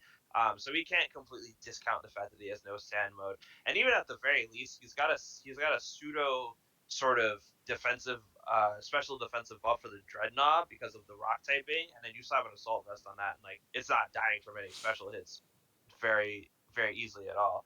So I like these little like intricate synergies. I like the Frostmoth on this team, both as a secondary tailwind setter that can't be faked out because you can fake out Kilowattrel even if it is next to Indeedee because it's not grounded unless he commits to Terra. But the Frostmoth cannot be affected by fake out regardless because of shield dust, so that's kind of nice. And being grounded. I agree that this is also a good Rever Room team. I'm not really the biggest fan of the Mon in like general, but due to the overwhelming amount of like anti ground weakness this team has, I think it actually fits perfectly on this team with a reasonably fast parting shot and can be bulked out pretty nicely. And then we get to the last two months. Like I know a team this powerful needed to have weakness somewhere, and the weakness is he had to draft two NFEs for his low tiers, but the NFEs surprisingly don't compete for Eviolite because I would put Eviolite on Jigglypuff 1,000% of the time and not bother with Riolu getting anything but probably Sash. That's the first thing. And Riolu offers Prankster to the team, which means his speed just kind of gets even faster than Dragon Ball because he's operating in Prankster territory now. And Jigglypuff gets Friend Guard. Like, he might not bring it all the time, but just like an extra 25% buff to your allies' survivability and then spamming Helping Hand every turn, like, there's value there. So, yeah, to me, I think this was like my top five. This team's crazy good, man. Oh, I definitely agree. I think it's quite good, but but definitely like I think the big reason we kind of mentioned a lot of the reasons why they're not a little bit higher in the ranking. But with that, we can get up to number 9, which is the Oslo Berserkers. What are your thoughts on the Berserkers? Okay, this is the other Flutterman team. So, love me some Flutterman. But bias aside, let me see where I actually rank them. Yeah, this is the thing I like about this team. I like the Flutterman. I like the Disquake mode. I think this is probably one of the strongest Disquake modes we've seen so far all draft. I love the pairing of Great Tusk and Rotom Heat. Despite that they are both weak to water, I believe Great Tusk is grounded fighting. Yes, I actually don't remember. Yeah, it's ground Is fighting. ground fighting? Yeah. Despite the fact that they're both weak to water, like you could easily just Terra Electric the Rotom Heat, and you have the fire coverage for like grass and the ice bonds. Um, that I think is just so valuable. So there's that. I really love Appleton on this team in particular because this team really needed a slower, bulky, um, sort of setup threat, and I think Appleton with its mix of like Iron Defense Body Press and also Leech Seed, Apple Acid sets kind of fits the bill perfectly. Then he managed to shore it up with a really scary Scissor with blitzing fast priority with Bullet Punch, and then he even managed to find room for an Anger Point Tauros strat with the Frostlass. And he got infinite for prank. Like he just got kind of it all in a lot of ways. He even managed to get really budget redirection with the Spupa, which I think is a hilarious pick. And then we haven't even talked about how Glamora is just like really obnoxious with its ability and one of the hardest hitting special attacking mods on this team that's not named Fluttermane. Um, yeah, it's like it's a lot of good stuffs, and I think that's the strength of this team. I think the weak part of this team is easily just not having a real trick room mode. Like straight up, just does not have one. Ableton will sit there and take damage for days, but it will not be a trick room sweeper, no matter what you do to it. Well, yeah. So I kind of agree with you for the most part, which is I think the team has a lot of strengths. They have a lot of very powerful Pokemon. Like if you just look at the top three Pokemon there, you know the Great Tusk, Fluttermane, Glimora. I'd consider all of them incredibly powerful. I think Aquatorus is amazing. I think Rotom is very powerful, especially especially with the ground immunity. Fire Pokemon with the ground immunity. I think Scissors being very powerful. I definitely do think that on top of that, them having two 130 plus speed Pokemon makes it, very hard to outspeed them, especially when they have Icy Wind support with Frostlass at 110 base speed and the Intimidation. I'm not a huge fan of Spook, but whatever it's called. Yes, it's redirection, but it does nothing other than click Rage Powder, um, and it's not even that bulky, even with an Eviolite. So I definitely think that's definitely one of the weak parts of their team. And then the other one you kind of mentioned, which is they have like no trick room or like kind of even a way to prevent trick room. Because like the only Pokemon really that has a way to prevent trick room is going to just be just sheer damage or fake out on the Impidimp specifically. So I definitely think that the team either can be weak Trick Room or they have a couple Pokemon that would be maybe better in Trick Room. Because Scizor, though it's not slow, it's definitely has one of those speed tiers that kind of can be good in and out of trick, or it could be good out of Trick Room if you set up Tailwind, but mainly more of a Trick Roomy speed, or just using priority. Um, I don't know, but overall, I like a lot of the Pokemon on their team. I really like Jolteon. I think it's great. I think Frostless looks solid on this team. I think, like kind of all their tier ones and twos are just generically powerful Pokemon. So any other thoughts before we move on? Yes, I have one more thing to say to challenge your point about stopping Trick Room from going up.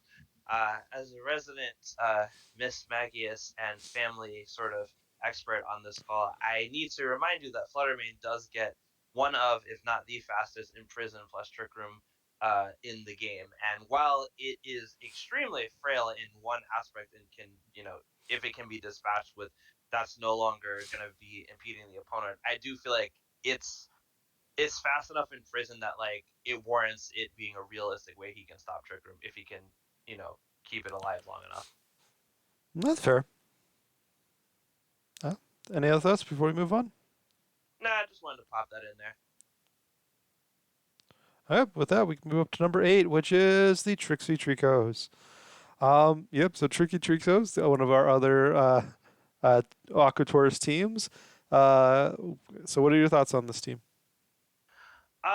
So I gotta be honest with you. At first, I didn't really like this team. I thought the speed tiers, again, one of the things that was important to me, that there's nothing in even remote trick room territory. Like I understand like base 50, like I can be forgiving, but like I feel like you got to be at least under, gotta have at least like one mon under like at least 50 or lower to have like something passable for trick room. Like even if I iron ball Sylveon or Magnezone, like it's just gonna put me on par with other base 30 min speed trick room sweepers. So I don't feel like I'm accomplishing anything in that regard. So that was a big knock for me. The big three over there at base 100. All right, I won't count Toad Scroll because like half the time it's probably gonna be clicking like Rage Powder or Sport, which is either gonna go last or have increased priority. So that's fine. I really do love that Firewater Grass core, which is hilariously all based at base 100 speed. I think that is a really strong Firewater Grass core and probably one of the best ones we've seen so far because yes, two of them can do Rage Powder, but like he has Rage Powder, Trick Room, and Rage Powder setups on both ends, and Rage Powder Spore in 3 mons. So it's just nice that he has that flexibility because he can Rage Powder with the Toadscroll and set up with the Volcarona and the Tauros, or he can Rage Powder with the Volcarona and set up with the Tauros, or set up Trick Room with the Toadstool. I think that is scary levels of flexibility. And then you kind of linchpin it with that Dragonite in the middle that can just do 5 million other things. I think that's great. You got a good fake out user in Persian, good utility pick in the Frostlass, which also supports the Anger Point mode. I also just generally think Magazone is super cracked in this gen because it hits really hard and has pretty good defenses for its typing. And of course, the 4 times weakness is a little bit mitigated by its racialization. Dreadnought we saw on Frizzle's team with no rain again because it gets shell smashed, and that's the thing I actually forgot when I played that exhibition match. So that's kind of nice. But yeah, like it's a nice bulky offensive team. That's the vibe I kind of get from this team with some combo potential with like the Frostlass is a little bit of prep bait there. But the speed tiers I think really kind of kill it for me, and they don't actually have a way to stop Trick Room from going up other than like reversing it with Toad Scroll or clicking taunts and out damaging the Trick Room setters. Or Spore. Or Spore. That's Uh, true. Or Spore. But goggles. but yeah, so I like quite a few things with this team, which is I like you said, I like their fire water grass core. I think is very powerful. I like Luxray as an intimidator. I think Dragonite is very powerful, especially as a Pokemon that is able to, be good in and outside of Trick Room because of its extreme speed, strength, and also is a great partner next to some of these Rage Powder Pokemon with Dragon Dance. And then I think Persian, reasonable fake out Mon, kind of disruption there. I do, I do think that their team doesn't have a super slow mode, doesn't have the best way to set up to prevent Turkey other than Spore and Fake Out in the Persian. However, like I think they have a lot of generically powerful Pokemon. I think Sylveon is very good. I think like the ones I mentioned. Um, they do double up a little bit. They do have double water. They do have double grass. Um, however, I don't know. Like I said, I like a lot of their Pokemon. A lot of Pokemon I think I value pretty highly in their respective tiers. And I think once again, there's no Pokemon I actively. I think every Pokemon on their team has a use, and I think that's kind of why I think it's a little bit higher. Um, but but yeah, like other than that, I think it's mainly just that multiple Rage Powder, Spore Mon, Extreme Speed, double Intimidate. Um, seems like very good way to kind of make opponents, difficulty for opponents stuff. But anything else before we move on? Nah, I'm pretty good. I'll be curious to see how autopilots this team though, because just that fire, water, Gospel alone and Dragonite and Luxray is terrifying to me, honestly. Yeah, that's fair. But with that, we can move on to the Welsh Wailords at number 7. So I guess I'll start because I know Matrix's team pretty well. Um, I personally think that Matrix team is slightly overrated. Sorry, Matrix. I know you're gonna listen. I know you're gonna yell at me. I think your team's a little bit overrated. His team is solid. It's not bad. I think there's definitely some strengths to the team. I think Gyarados very powerful. I think Roy Moon is very powerful. Consistent tailwind. You got great uh, screens and other things with the Klefki. I think kind of some of my big problems with the team is that the team kind of entirely is very focused on Klefki. Almost all the synergies associated with the team are associated with Klefki. Um, you know, setting up, like the sun in order to get the sun boost from the photosynthesis and chlorophyll, setting up the sand for the Houndstone, uh, setting up the screens, Thunderwave. It's their best Trick Room setter for if they want to go on the slow mode. So the game definitely feels very focused on the Klefki. However, I do like a lot of aspects of the team. I think Sandy Shocks is very much underrated. I Not many people drafted it particularly high, but I definitely think it's one of the best tier 2 Pokemon. It's 101 base speed, which is very good. Great special attack, reasonable coverage. I think Rory Moon is both a great talent setter, but also just a great, Dragon Dance setup mon that also just does good damage. They got the redirection in order to, set up a little bit. They got two Dragon Dancers specifically in both their tier ones, and both of them end up not sharing weaknesses either, which is pretty good. I think Gyarados looks really good on their team because if you look on their team, they have what no electric weaknesses other than Gyarados, which I think definitely Gyarados has the ability to be one of the better mons, but it kind of you kind of want it to on a specific team. Other than that, I do know that they've been really liking Glamora and Flareon, and so I think they're definitely comfort picks for them, and I definitely think they have the ability to do very good with the team. Um, but anyways, that's my thoughts. What's your thought? So for me, this team and the team before it, the Trixie Chicos, they were pretty much neck and neck in terms of like where I ranked them. I actually ranked this one above the Trixie Chicos, and I'm gonna kind of explain why. Well, first of all, I'll start with the things that I didn't like about both teams actually, because to me these teams have very similar speed tiers, except Otto's team, the one before that, had a slower base end, but then it kind of is offset by the fact that Matrix has a faster top end. So, that kind of dinged them both for me because they both don't really have a way to kind of deal with Trick Room. But, we talked about the tools that the Tricos had. But here, I like the fact that Matrix, well, yes, I agree with you. This team very much heavily relies on Klefki. I like the fact that there's two imprisoned Trick Room users to at least contest the fact that maybe I don't want to play under Trick Room today, and Espeon being base 130 special attack can also hit hard while having magic bounce to kind of offset taunts and all that jazz. But I have to say, my favorite mod on this team is like you said, it's Gyarados. I hadn't really looked at the team. I haven't looked at Gyarados' role in this team super specifically until you started talking about it, and I realized like the intimidate pressure from Gyarados in particular is so powerful because many of these mods are defensively frail. Galora is defensively frail. Espeon's defensively frail. The Scoville is just frail. But yeah, Cryogonal is defensively frail. Like I'm pretty sure the bacon there at the bottom, I forget his name. I'm gonna be honest. Oinkle, Lone, or whatever. I think it's also defensively frail. So like the Gyarados not having any shared weaknesses and intimidate is just absolute fire for this team. I think that's great. I also think Shandy Shocks is a cool Pokemon. I wish it had a little bit more of like I wish there was like a little bit more ways that he could abuse it. I don't see too many terribly great partners for it on this team.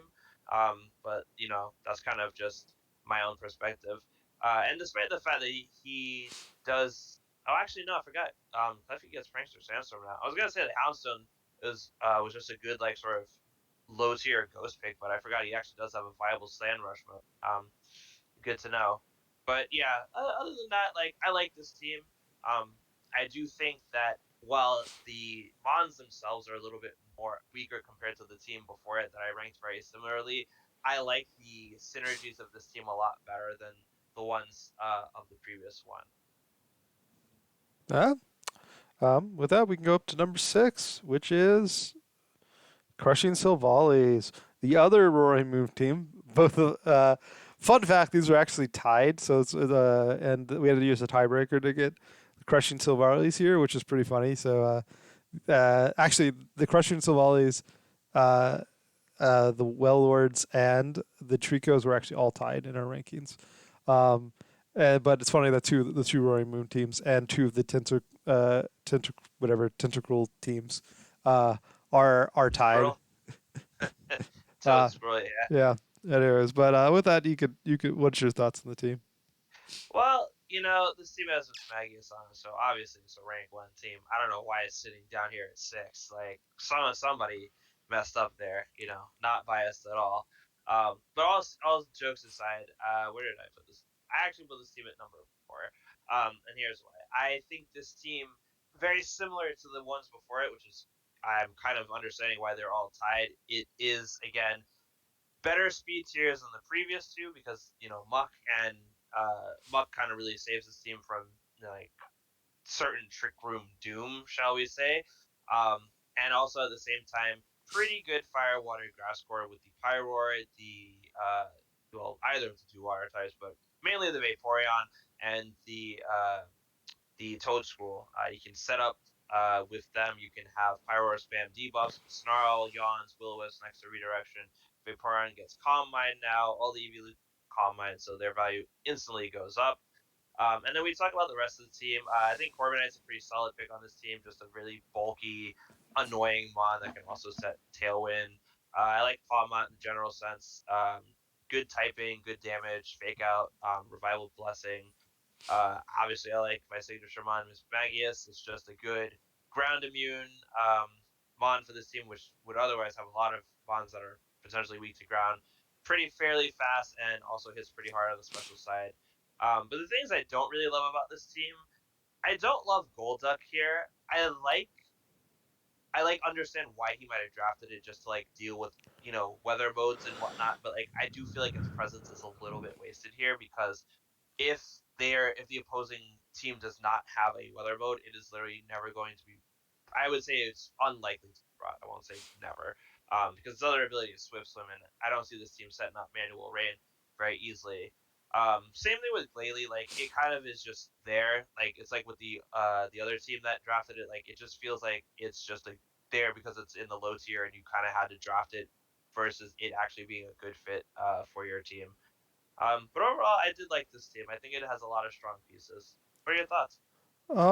So that they have a lot of really fast Pokemon. You know, they have what half their team is 100 base speed or higher, which I think helps. They have a fairly consistent two solid Tailwind setters. They have some pretty bulky Pokemon. They have some of the better D tier Pokemon in Pyroar and Muk, in my opinion. My my big I think those kind of some of the strengths. I think Rory Moon is just a powerful Pokemon as well. I definitely think that what I would say, I'm not a huge fan of Corviknight in general this generation. Like it's okay, but I think it's overpriced for its tier. I think they definitely could have gotten basically something that I'd consider similar value for one tier lower, and then replace that Glalie with a Pokemon that's one tier higher than it, and maybe make the team a little bit more powerful. Um, However, like a lot of these Pokemon I think are pretty powerful. They have the fake out support with the Palmot, with Revival Blessing. They got redirection with good setup with Dragon Dance, Calm Mind, Iron Defense on some of these Pokemon. Um, they Muck is like being their slowest Pokemon allows them to have something in Trick Room, but for the most part, their team's not super Trick Room focused, which and so that's definitely a plus or a downside depending on your opinion. But overall, like I said, like I definitely think this is a like kind of similar to the other ones, which is a lot of good Pokemon, a couple of synergies, which some Pokemon that I consider very good value for their tier, but nothing that blows me away. And this is why I think they're kind of in the you know 5 to 10 range, which is all good Pokemon, good value Pokemon, some synergies, but nothing like overly synergistic, nothing overly exciting, and or a couple of Pokemon that are like medium, you know. Absolutely. But with that, we can get to the top five. And number five, we have the Shenandoah Sun Warriors. Um, I guess I'll start here. So first and foremost, we can see this is the only in the VDL-V. This is the only Tatsugiri Dondozo team, and so that's a very powerful synergy that exists. I personally think that a lot of people overvalue it. I don't like it necessarily as for two tier one picks. However, I actually rank this team pretty high because I really like a lot of the other things. Trust me, there's many times in which I actually tried to be like, I want to rank the Tatsugiri Dozo team low, but the team's actually very good. I like their tier two Pokemon a lot. I like Slitherwing and Sandy Shocks. I think they're both very good Pokemon. That first impression from Slitherwing does so much damage. Sandy Shocks, 101 base speed, good special attack. I think that Zoroark actually looks really good in this team because there's a lot of like I think good Pokemon in which you would actually want to duplicate. Um, the like the most of which, like one of the big ones is just anything. If you have Dondozo out, any partner Pokemon next to it is a very good Pokemon. Or if you have if it's disguising as Tatsuguri, that's another Pokemon that people try really hard to deal with, and so I think that helps a lot. In addition, Caparaja and Dondozo are great in Trick Room, and they have a very good Trick Room setters and Girafarig. It can't be faked out. It's very bulky, especially with an EV light. And in addition to that, Saralege I think also gets Trick Room, in which I think on top of that, Saralege is also a very powerful Pokemon. They got reasonable Tailwind and redirection with the Jump Club. Not, I think Go-Goat is not the most exciting, and whatever Strudel, whatever it's called, is not the most exciting. Those are medium, but like the rest of their team is just so high power that it's kind of hard to knock them for having a couple Pokemon that aren't super great. So, anyways, what are your thoughts? My thoughts my thoughts is that Chad, also known as Solinar, he drafted a really great Dondozo Tatsugiri team. And speaking from the perspective of someone who picked up a Dondozo Giri team from like the scraps of what was left in the other division, I really have come to like this team. So this team spits out a lot of high numbers. First off, obviously you have to contend yourself with Dondozo Tatsugiri on a prep perspective. Yes, you want to make sure that you don't lose to that. But in making sure you don't lose to that, you have to contend with not one, but two strong Paradox mods who hit from both sides of the offensive spectrum on physical and special. You have to contend with the redirection mode from the jump bluff. You have to contend with Zoroark actually potentially disguising as anything on this team that might do really high amounts of damage, or even disguising as jump bluff, which may or may not affect your targeting. If you think Tailwind, Rage Powder, or Sleep Powder are all going to come out next to I don't know Sandy Shocks or like Slithering, and at the same time, I also really love their Trick Room mode. I think Caparaja is a deal on this team. It is doing a lot of good things. I think Go-Goat is really good in the general sense, especially since this team does not have a ton of good ways to deal with like, or rather, I should say, it doesn't. It has an alright amount of fighting uses, so I don't think Go-Go is like terrible on this team, and it's just a very good bulky setup mon that obviously it's a little bit redundant next to Jump Left, but like it can make for a good end game with like bulk up, Horn Leash, that kind of stuff, and actually fits a nice role similar to the Cerulean Edge with also bulk up in Bitter Blade, which is really cool. Strudel is Strudel, set up some Sun for the Paradox Mons possibly, or just like Prankster Parting Shot, maybe even Prankster Rain Dance for, I don't know, Sandy Shock Stutter or something. Draftrig is a great Trick Room setter with the Eviolite. It's very bulky. We've said all these things. I think the only knock I really have against this team is most of its offense is going to probably be physical. From a lot of like, I think they're more popular mons like Dozo, Slitherwing, uh, Go-Goat, Ceruledge, and Kabaraja really all scream like they're going to hit physically for me. And it's really only kind of Tatsugiri and Sandy Shocks that are really going to hit on the special side. And Zora can kind of do both. So that might be like the only area that I would find I have to critique this team. But this is a really great draft. Well done.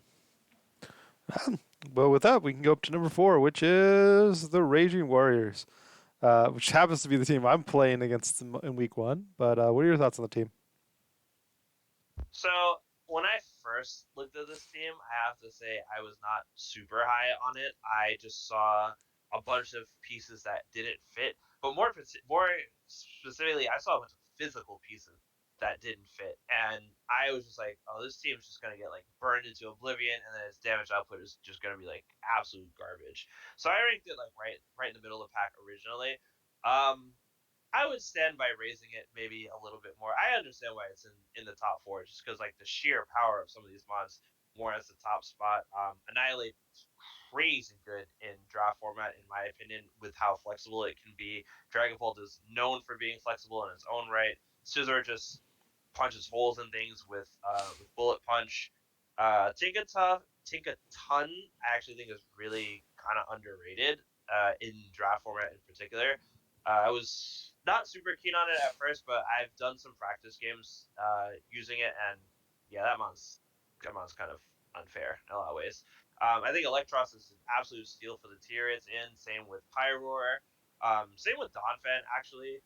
And even on this team, like I know I didn't really like Golduck on the Crushing Sylvalia's team, but I will give Golduck a pass on this team, and the main reason why is because it gets Simple Beam, and like some of these mods are some of the most frightening things to set up. So like Scarf Simple Beam, it's like some of these offensive hitters that have priority is like stupid. Like it's like so stupid. It really we should take it away from him and give him a sign up instead. But those are the good parts about the team. The things I have to knock about this team are I don't like Hypno. I continue to stand by I don't like Hypno, but I get that it's a D tier Trick Room Center that can't be faked out. Still don't like Hypno. Toxicity on this team is also as it's pretty nice just because of like the boom burst energy with the two ghost mons, but I don't know. I feel like Electros is just a little bit better in the like. I feel like there's just a little bit of role overlap there, in some ways. And Meowscarada, I don't love it on this team. I don't know. Something about it just seems like it's a little out of place. Like this team already hits pretty hard. Like physically, I feel like maybe like bulky grass type might be a little bit more of the vibe for me personally. But other than that, this is a really nice draft. Um, yeah. So I've prepped a little bit into this team, and I will say that definitely scary. I think that Tinkaton having Fake Out very powerful. I think Hypno.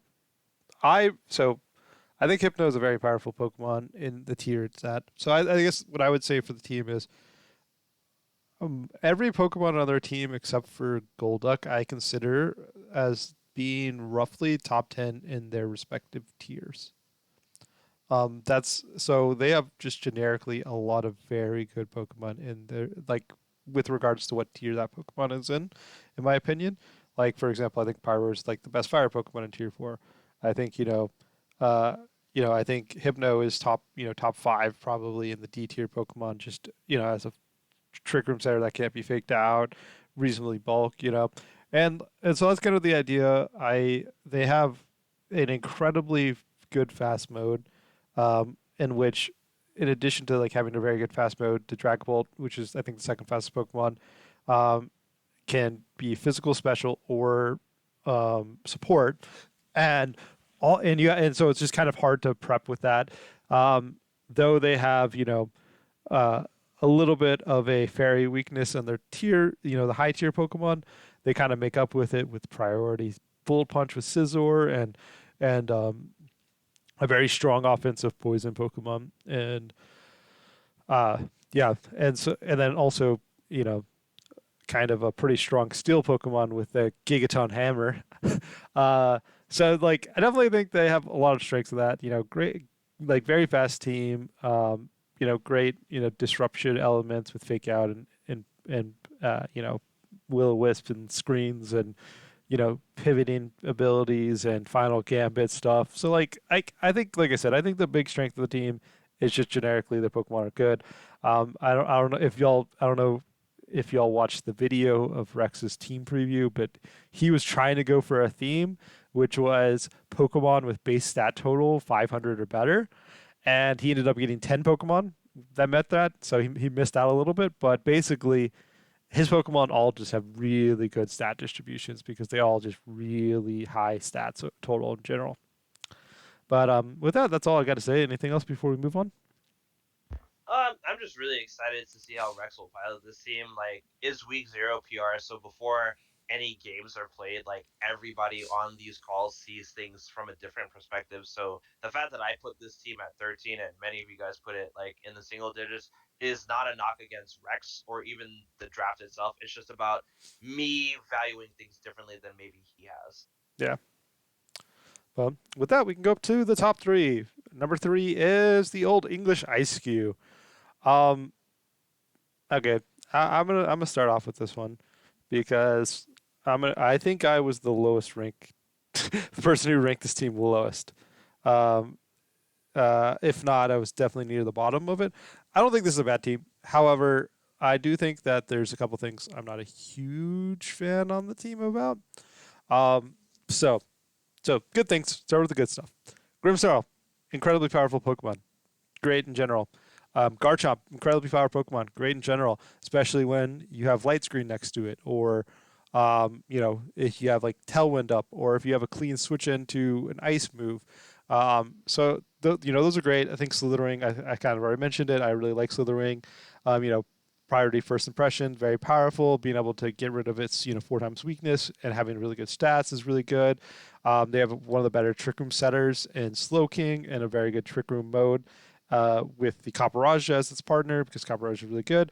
So that's the strengths I think for the most part. Oh yeah, and also you have the Disquake mode. Great Disquake mode with Rotom and Garchomp. So my problem with the team is kind of going back to some of these. I don't like their low tier Pokemon.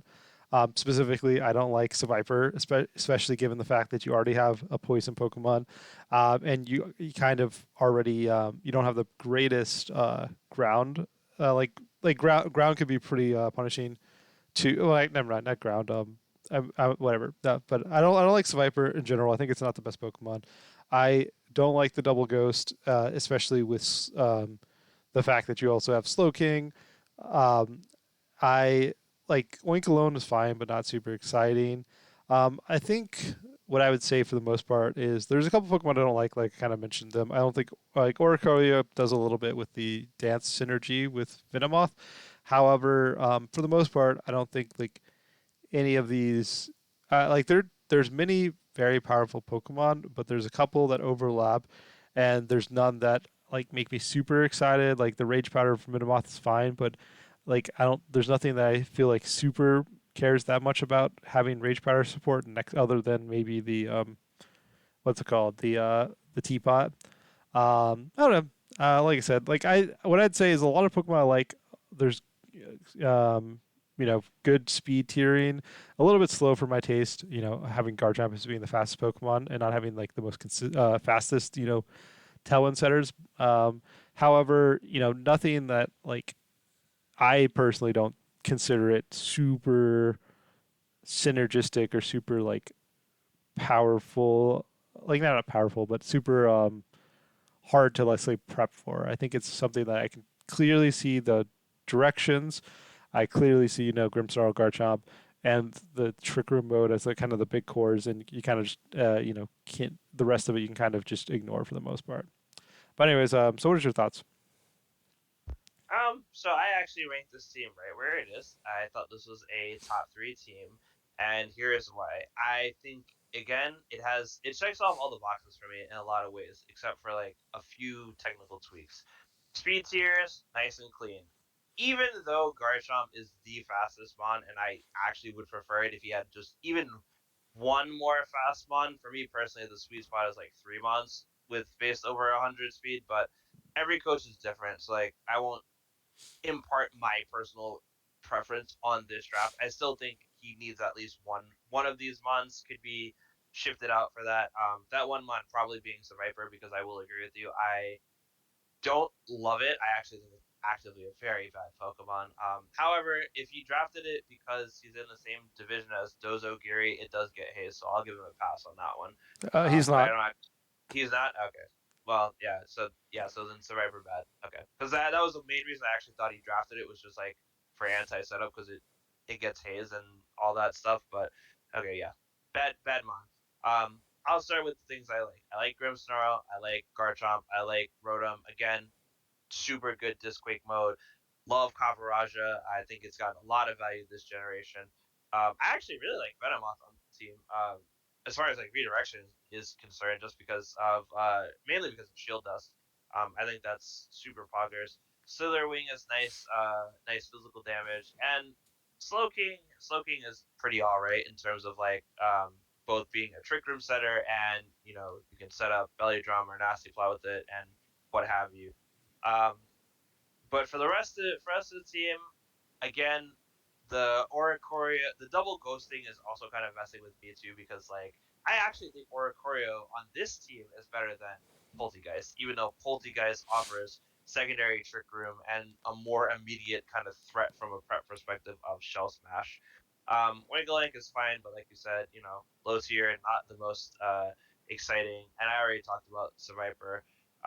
But other than that, I feel like this team has a lot of tools, and the fact that it's kind of anchored in a lot of ways by Grimsnarl, which can do an inordinate amount of things to support this team, makes this a top 3 team for me at least. Well, any other thoughts before we move on? Nah, I think that pretty much sums it up for this team anyway. Okay, up there we have number 2, which is I forgot to change it, but this is the right number 2. Quark drivers. It just says number 1. It's number 2 actually. So, anyways, what is your thought on the Quark drivers? My thought on the Quark drivers is both that Zam has a sick new logo. If you have known him from prior seasons of VDL, he is a big Pincurchin fan, and he continues to not disappoint. He drafted Iron Hands, which I think is single-handedly the best Paradox Pokemon for this format in both regular VGC in a lot of ways and in draft because it is so flexible and so unfairly bulky. And then, true to his name, he picked up the Pincurchin, so you get the Quark Drive with the electric terrain. But that's not all. He could have stopped there, and he could have already had a pretty high-powered draft. Man picks up Mousehole to set up belly drums and also fake out population bombs with the Iron Hand. And he picks up Drifloom somehow to get the unburdened Electric Sea terrain mode with Trick Room as well, because Drifloom also gets Trick Room this gen. But that's not all. He then tops it off by adding in 2 very slow mons in the Avalok and the Fortress. Granted, they both hit on the physical side, so he tosses in the Rapska for like some Trick Room offense as well. And then Forger's already pretty slow. So he's got a pretty solid Trick Room core. He's got ways to set it up. He's got a fast mode with the Drifloom. And I like how we kind of rounded off the team with like double intimidate and then just Noivern as a more like generic trick room tailwind setter with Frisk for when he doesn't necessarily want to rely on Driftblim. And I believe that the only real weak point I personally find in this team is I don't think the double intimidate is particularly necessary because the team has a lot of physically strong threats, physically defensive threats. Like Avalok is like I believe the highest base defense in the game, at like 182. Fortress is up there. Iron Hands is pretty bulky on the defensive side. So I do think the Quillfish is a little bit of a wasted slot. But other than that, he's drafted a pretty strong team. Great speed tiers. It's not really too much role overlap. There's a good amount of offense coming from every direction. Yeah, it's a really good team. What are your thoughts? I also really like the team. I think that Iron Hand's very powerful. Like we kind of mentioned, I think, especially giving it a Quirk Driver boost. I think they have a very solid Trick Room mode with a very clean way to set up Trick Room with both Follow Me and Fake Out support. I think they also have the very good Tailwind mode, being able to get some of their middling speed Pokemon, very fast, mainly like the Florges and the Crocodile, and even the Iron Hands to a certain extent, and Tailwind it can be really powerful. But you know, and I like kind of like the double Tailwind one that's more designed for the be paired with electric train. One's not. Um, I definitely not the biggest fan of, like you kind of mentioned, Quillfish. I think Quillfish could have definitely been a lot of other options that would I think could have helped the team a little bit. I think Fortress is definitely not the best steal option that they have, but obviously probably for the tier it is. But I think those kind of the a little bit of the weak spots, but like I definitely like a large portion of their team, and I think that they have some very good synergy specifically with some of their higher tier Pokemon. And then like this basically the slowest Trick Room Pokemon. So anything else before we move to number 1? No, just yeah, can't wait to see how this team gets piloted. It looks really good. Oh yeah, definitely looks fun. Finally, we got number 1, which is the Cambridge Camerups. Um, well, I'll start it off. They literally got 4 Paradox Mons and Pincurchin on the same team. And not only 4 Paradox Mons, 4 future Paradox Mons, in which all 4 of them benefit from electric terrain being set up. So that's kind of the first thing when looking at a team. And if that by itself definitely, leads to people thinking it's going to be a good team. But not only that, they also have Drift Flume for the electric terrain, so unburden, tailwind, so they can make the Paradox Mon's boosts be attack instead of speed boost, and do extra damage. In addition, they have probably the best or second best fire Pokemon in the lower tier in Flareon, which like definitely I think is very powerful, especially in Tailwind. It's like what 120 or 130. I think 130 attack, right? And it can Yep, also give 130. 130 attack with the possibility of Guts boost. That thing just murders things. Um, and then on top of that, they finished up with a grass Pokemon to finish up their Fire Water Grass core. I don't think Tropius is the best. However, I do like the possibility of doing things like wide guard support and that another Tailwind setter. I definitely think that might be one of the weaker parts of their team. However, you know they got so many high base stat total Pokemon with those Paradox Mons, and they have synergistic pieces with all of them, and they are all even very powerful even without the synergistic pieces. And I definitely like it quite a bit. In addition, they have very fast team with the 136, 116. They have four Pokemon with over 100 base speed, while having a reasonably slow Trick Room Pokemon in Pincurchin and a reasonably good two Pokemon that have Imprisoned Trick Room. So, anyways, that's my thought. What's your thought on the team? I mean, you kind of really said it all. Like, I don't know what you guys were doing during the draft, but like Squirrely like just bamboozled all of y'all. He stole the whole draft because I would understand if he got a mix of past and future, but he got four mons that are paradox that benefit from the one Pincurchin. Like I just don't know what you guys were doing that this kind of happened to Not you. my side of And the draft. and it's like it's not even just that. It's like the Iron Valiant in particular. I think pulls that little paradox score together, and I'm gonna tell you why. It's because it can hit on both sides of the spectrum. Like you can't even really reasonably prep for that five sum right there because he's got two strong physical and he's got one strong special on his base, and an Iron Valiant can be whatever offense the team needs to fill it out. So you like it's just I like how those five work together. And then, you bring in the Drifblim. Like, honestly, he should bring the four Paradox Mons, Drifblim, and Pincurchin, like every week and just make you guys figure out how to lose because there's just so much raw offense and support there that it's just oh man, I feel sorry for whoever has to face them. Honestly, that being said, I am super high on this team and not biased at all because outside of the Paradox Mons. Because it's so easy to get like tunnel vision into those six, and then the rest of the team is actually garbage, which happens to a lot of high value drafts, but he did a very great job filling out those last five picks. The two evolutions I think were a steal with the Flareon in the low tier for like really strong guts boosted physical offense, and Espeon in the I believe the third tier for like special offense. Same with Flareon, base 130 special attack, but also Imprison, Trick Room, Magic Bounce. It's basically Baby Hatterene without the fairy defensive typing. So it hits very hard, comes with the same evolution like support move pool package.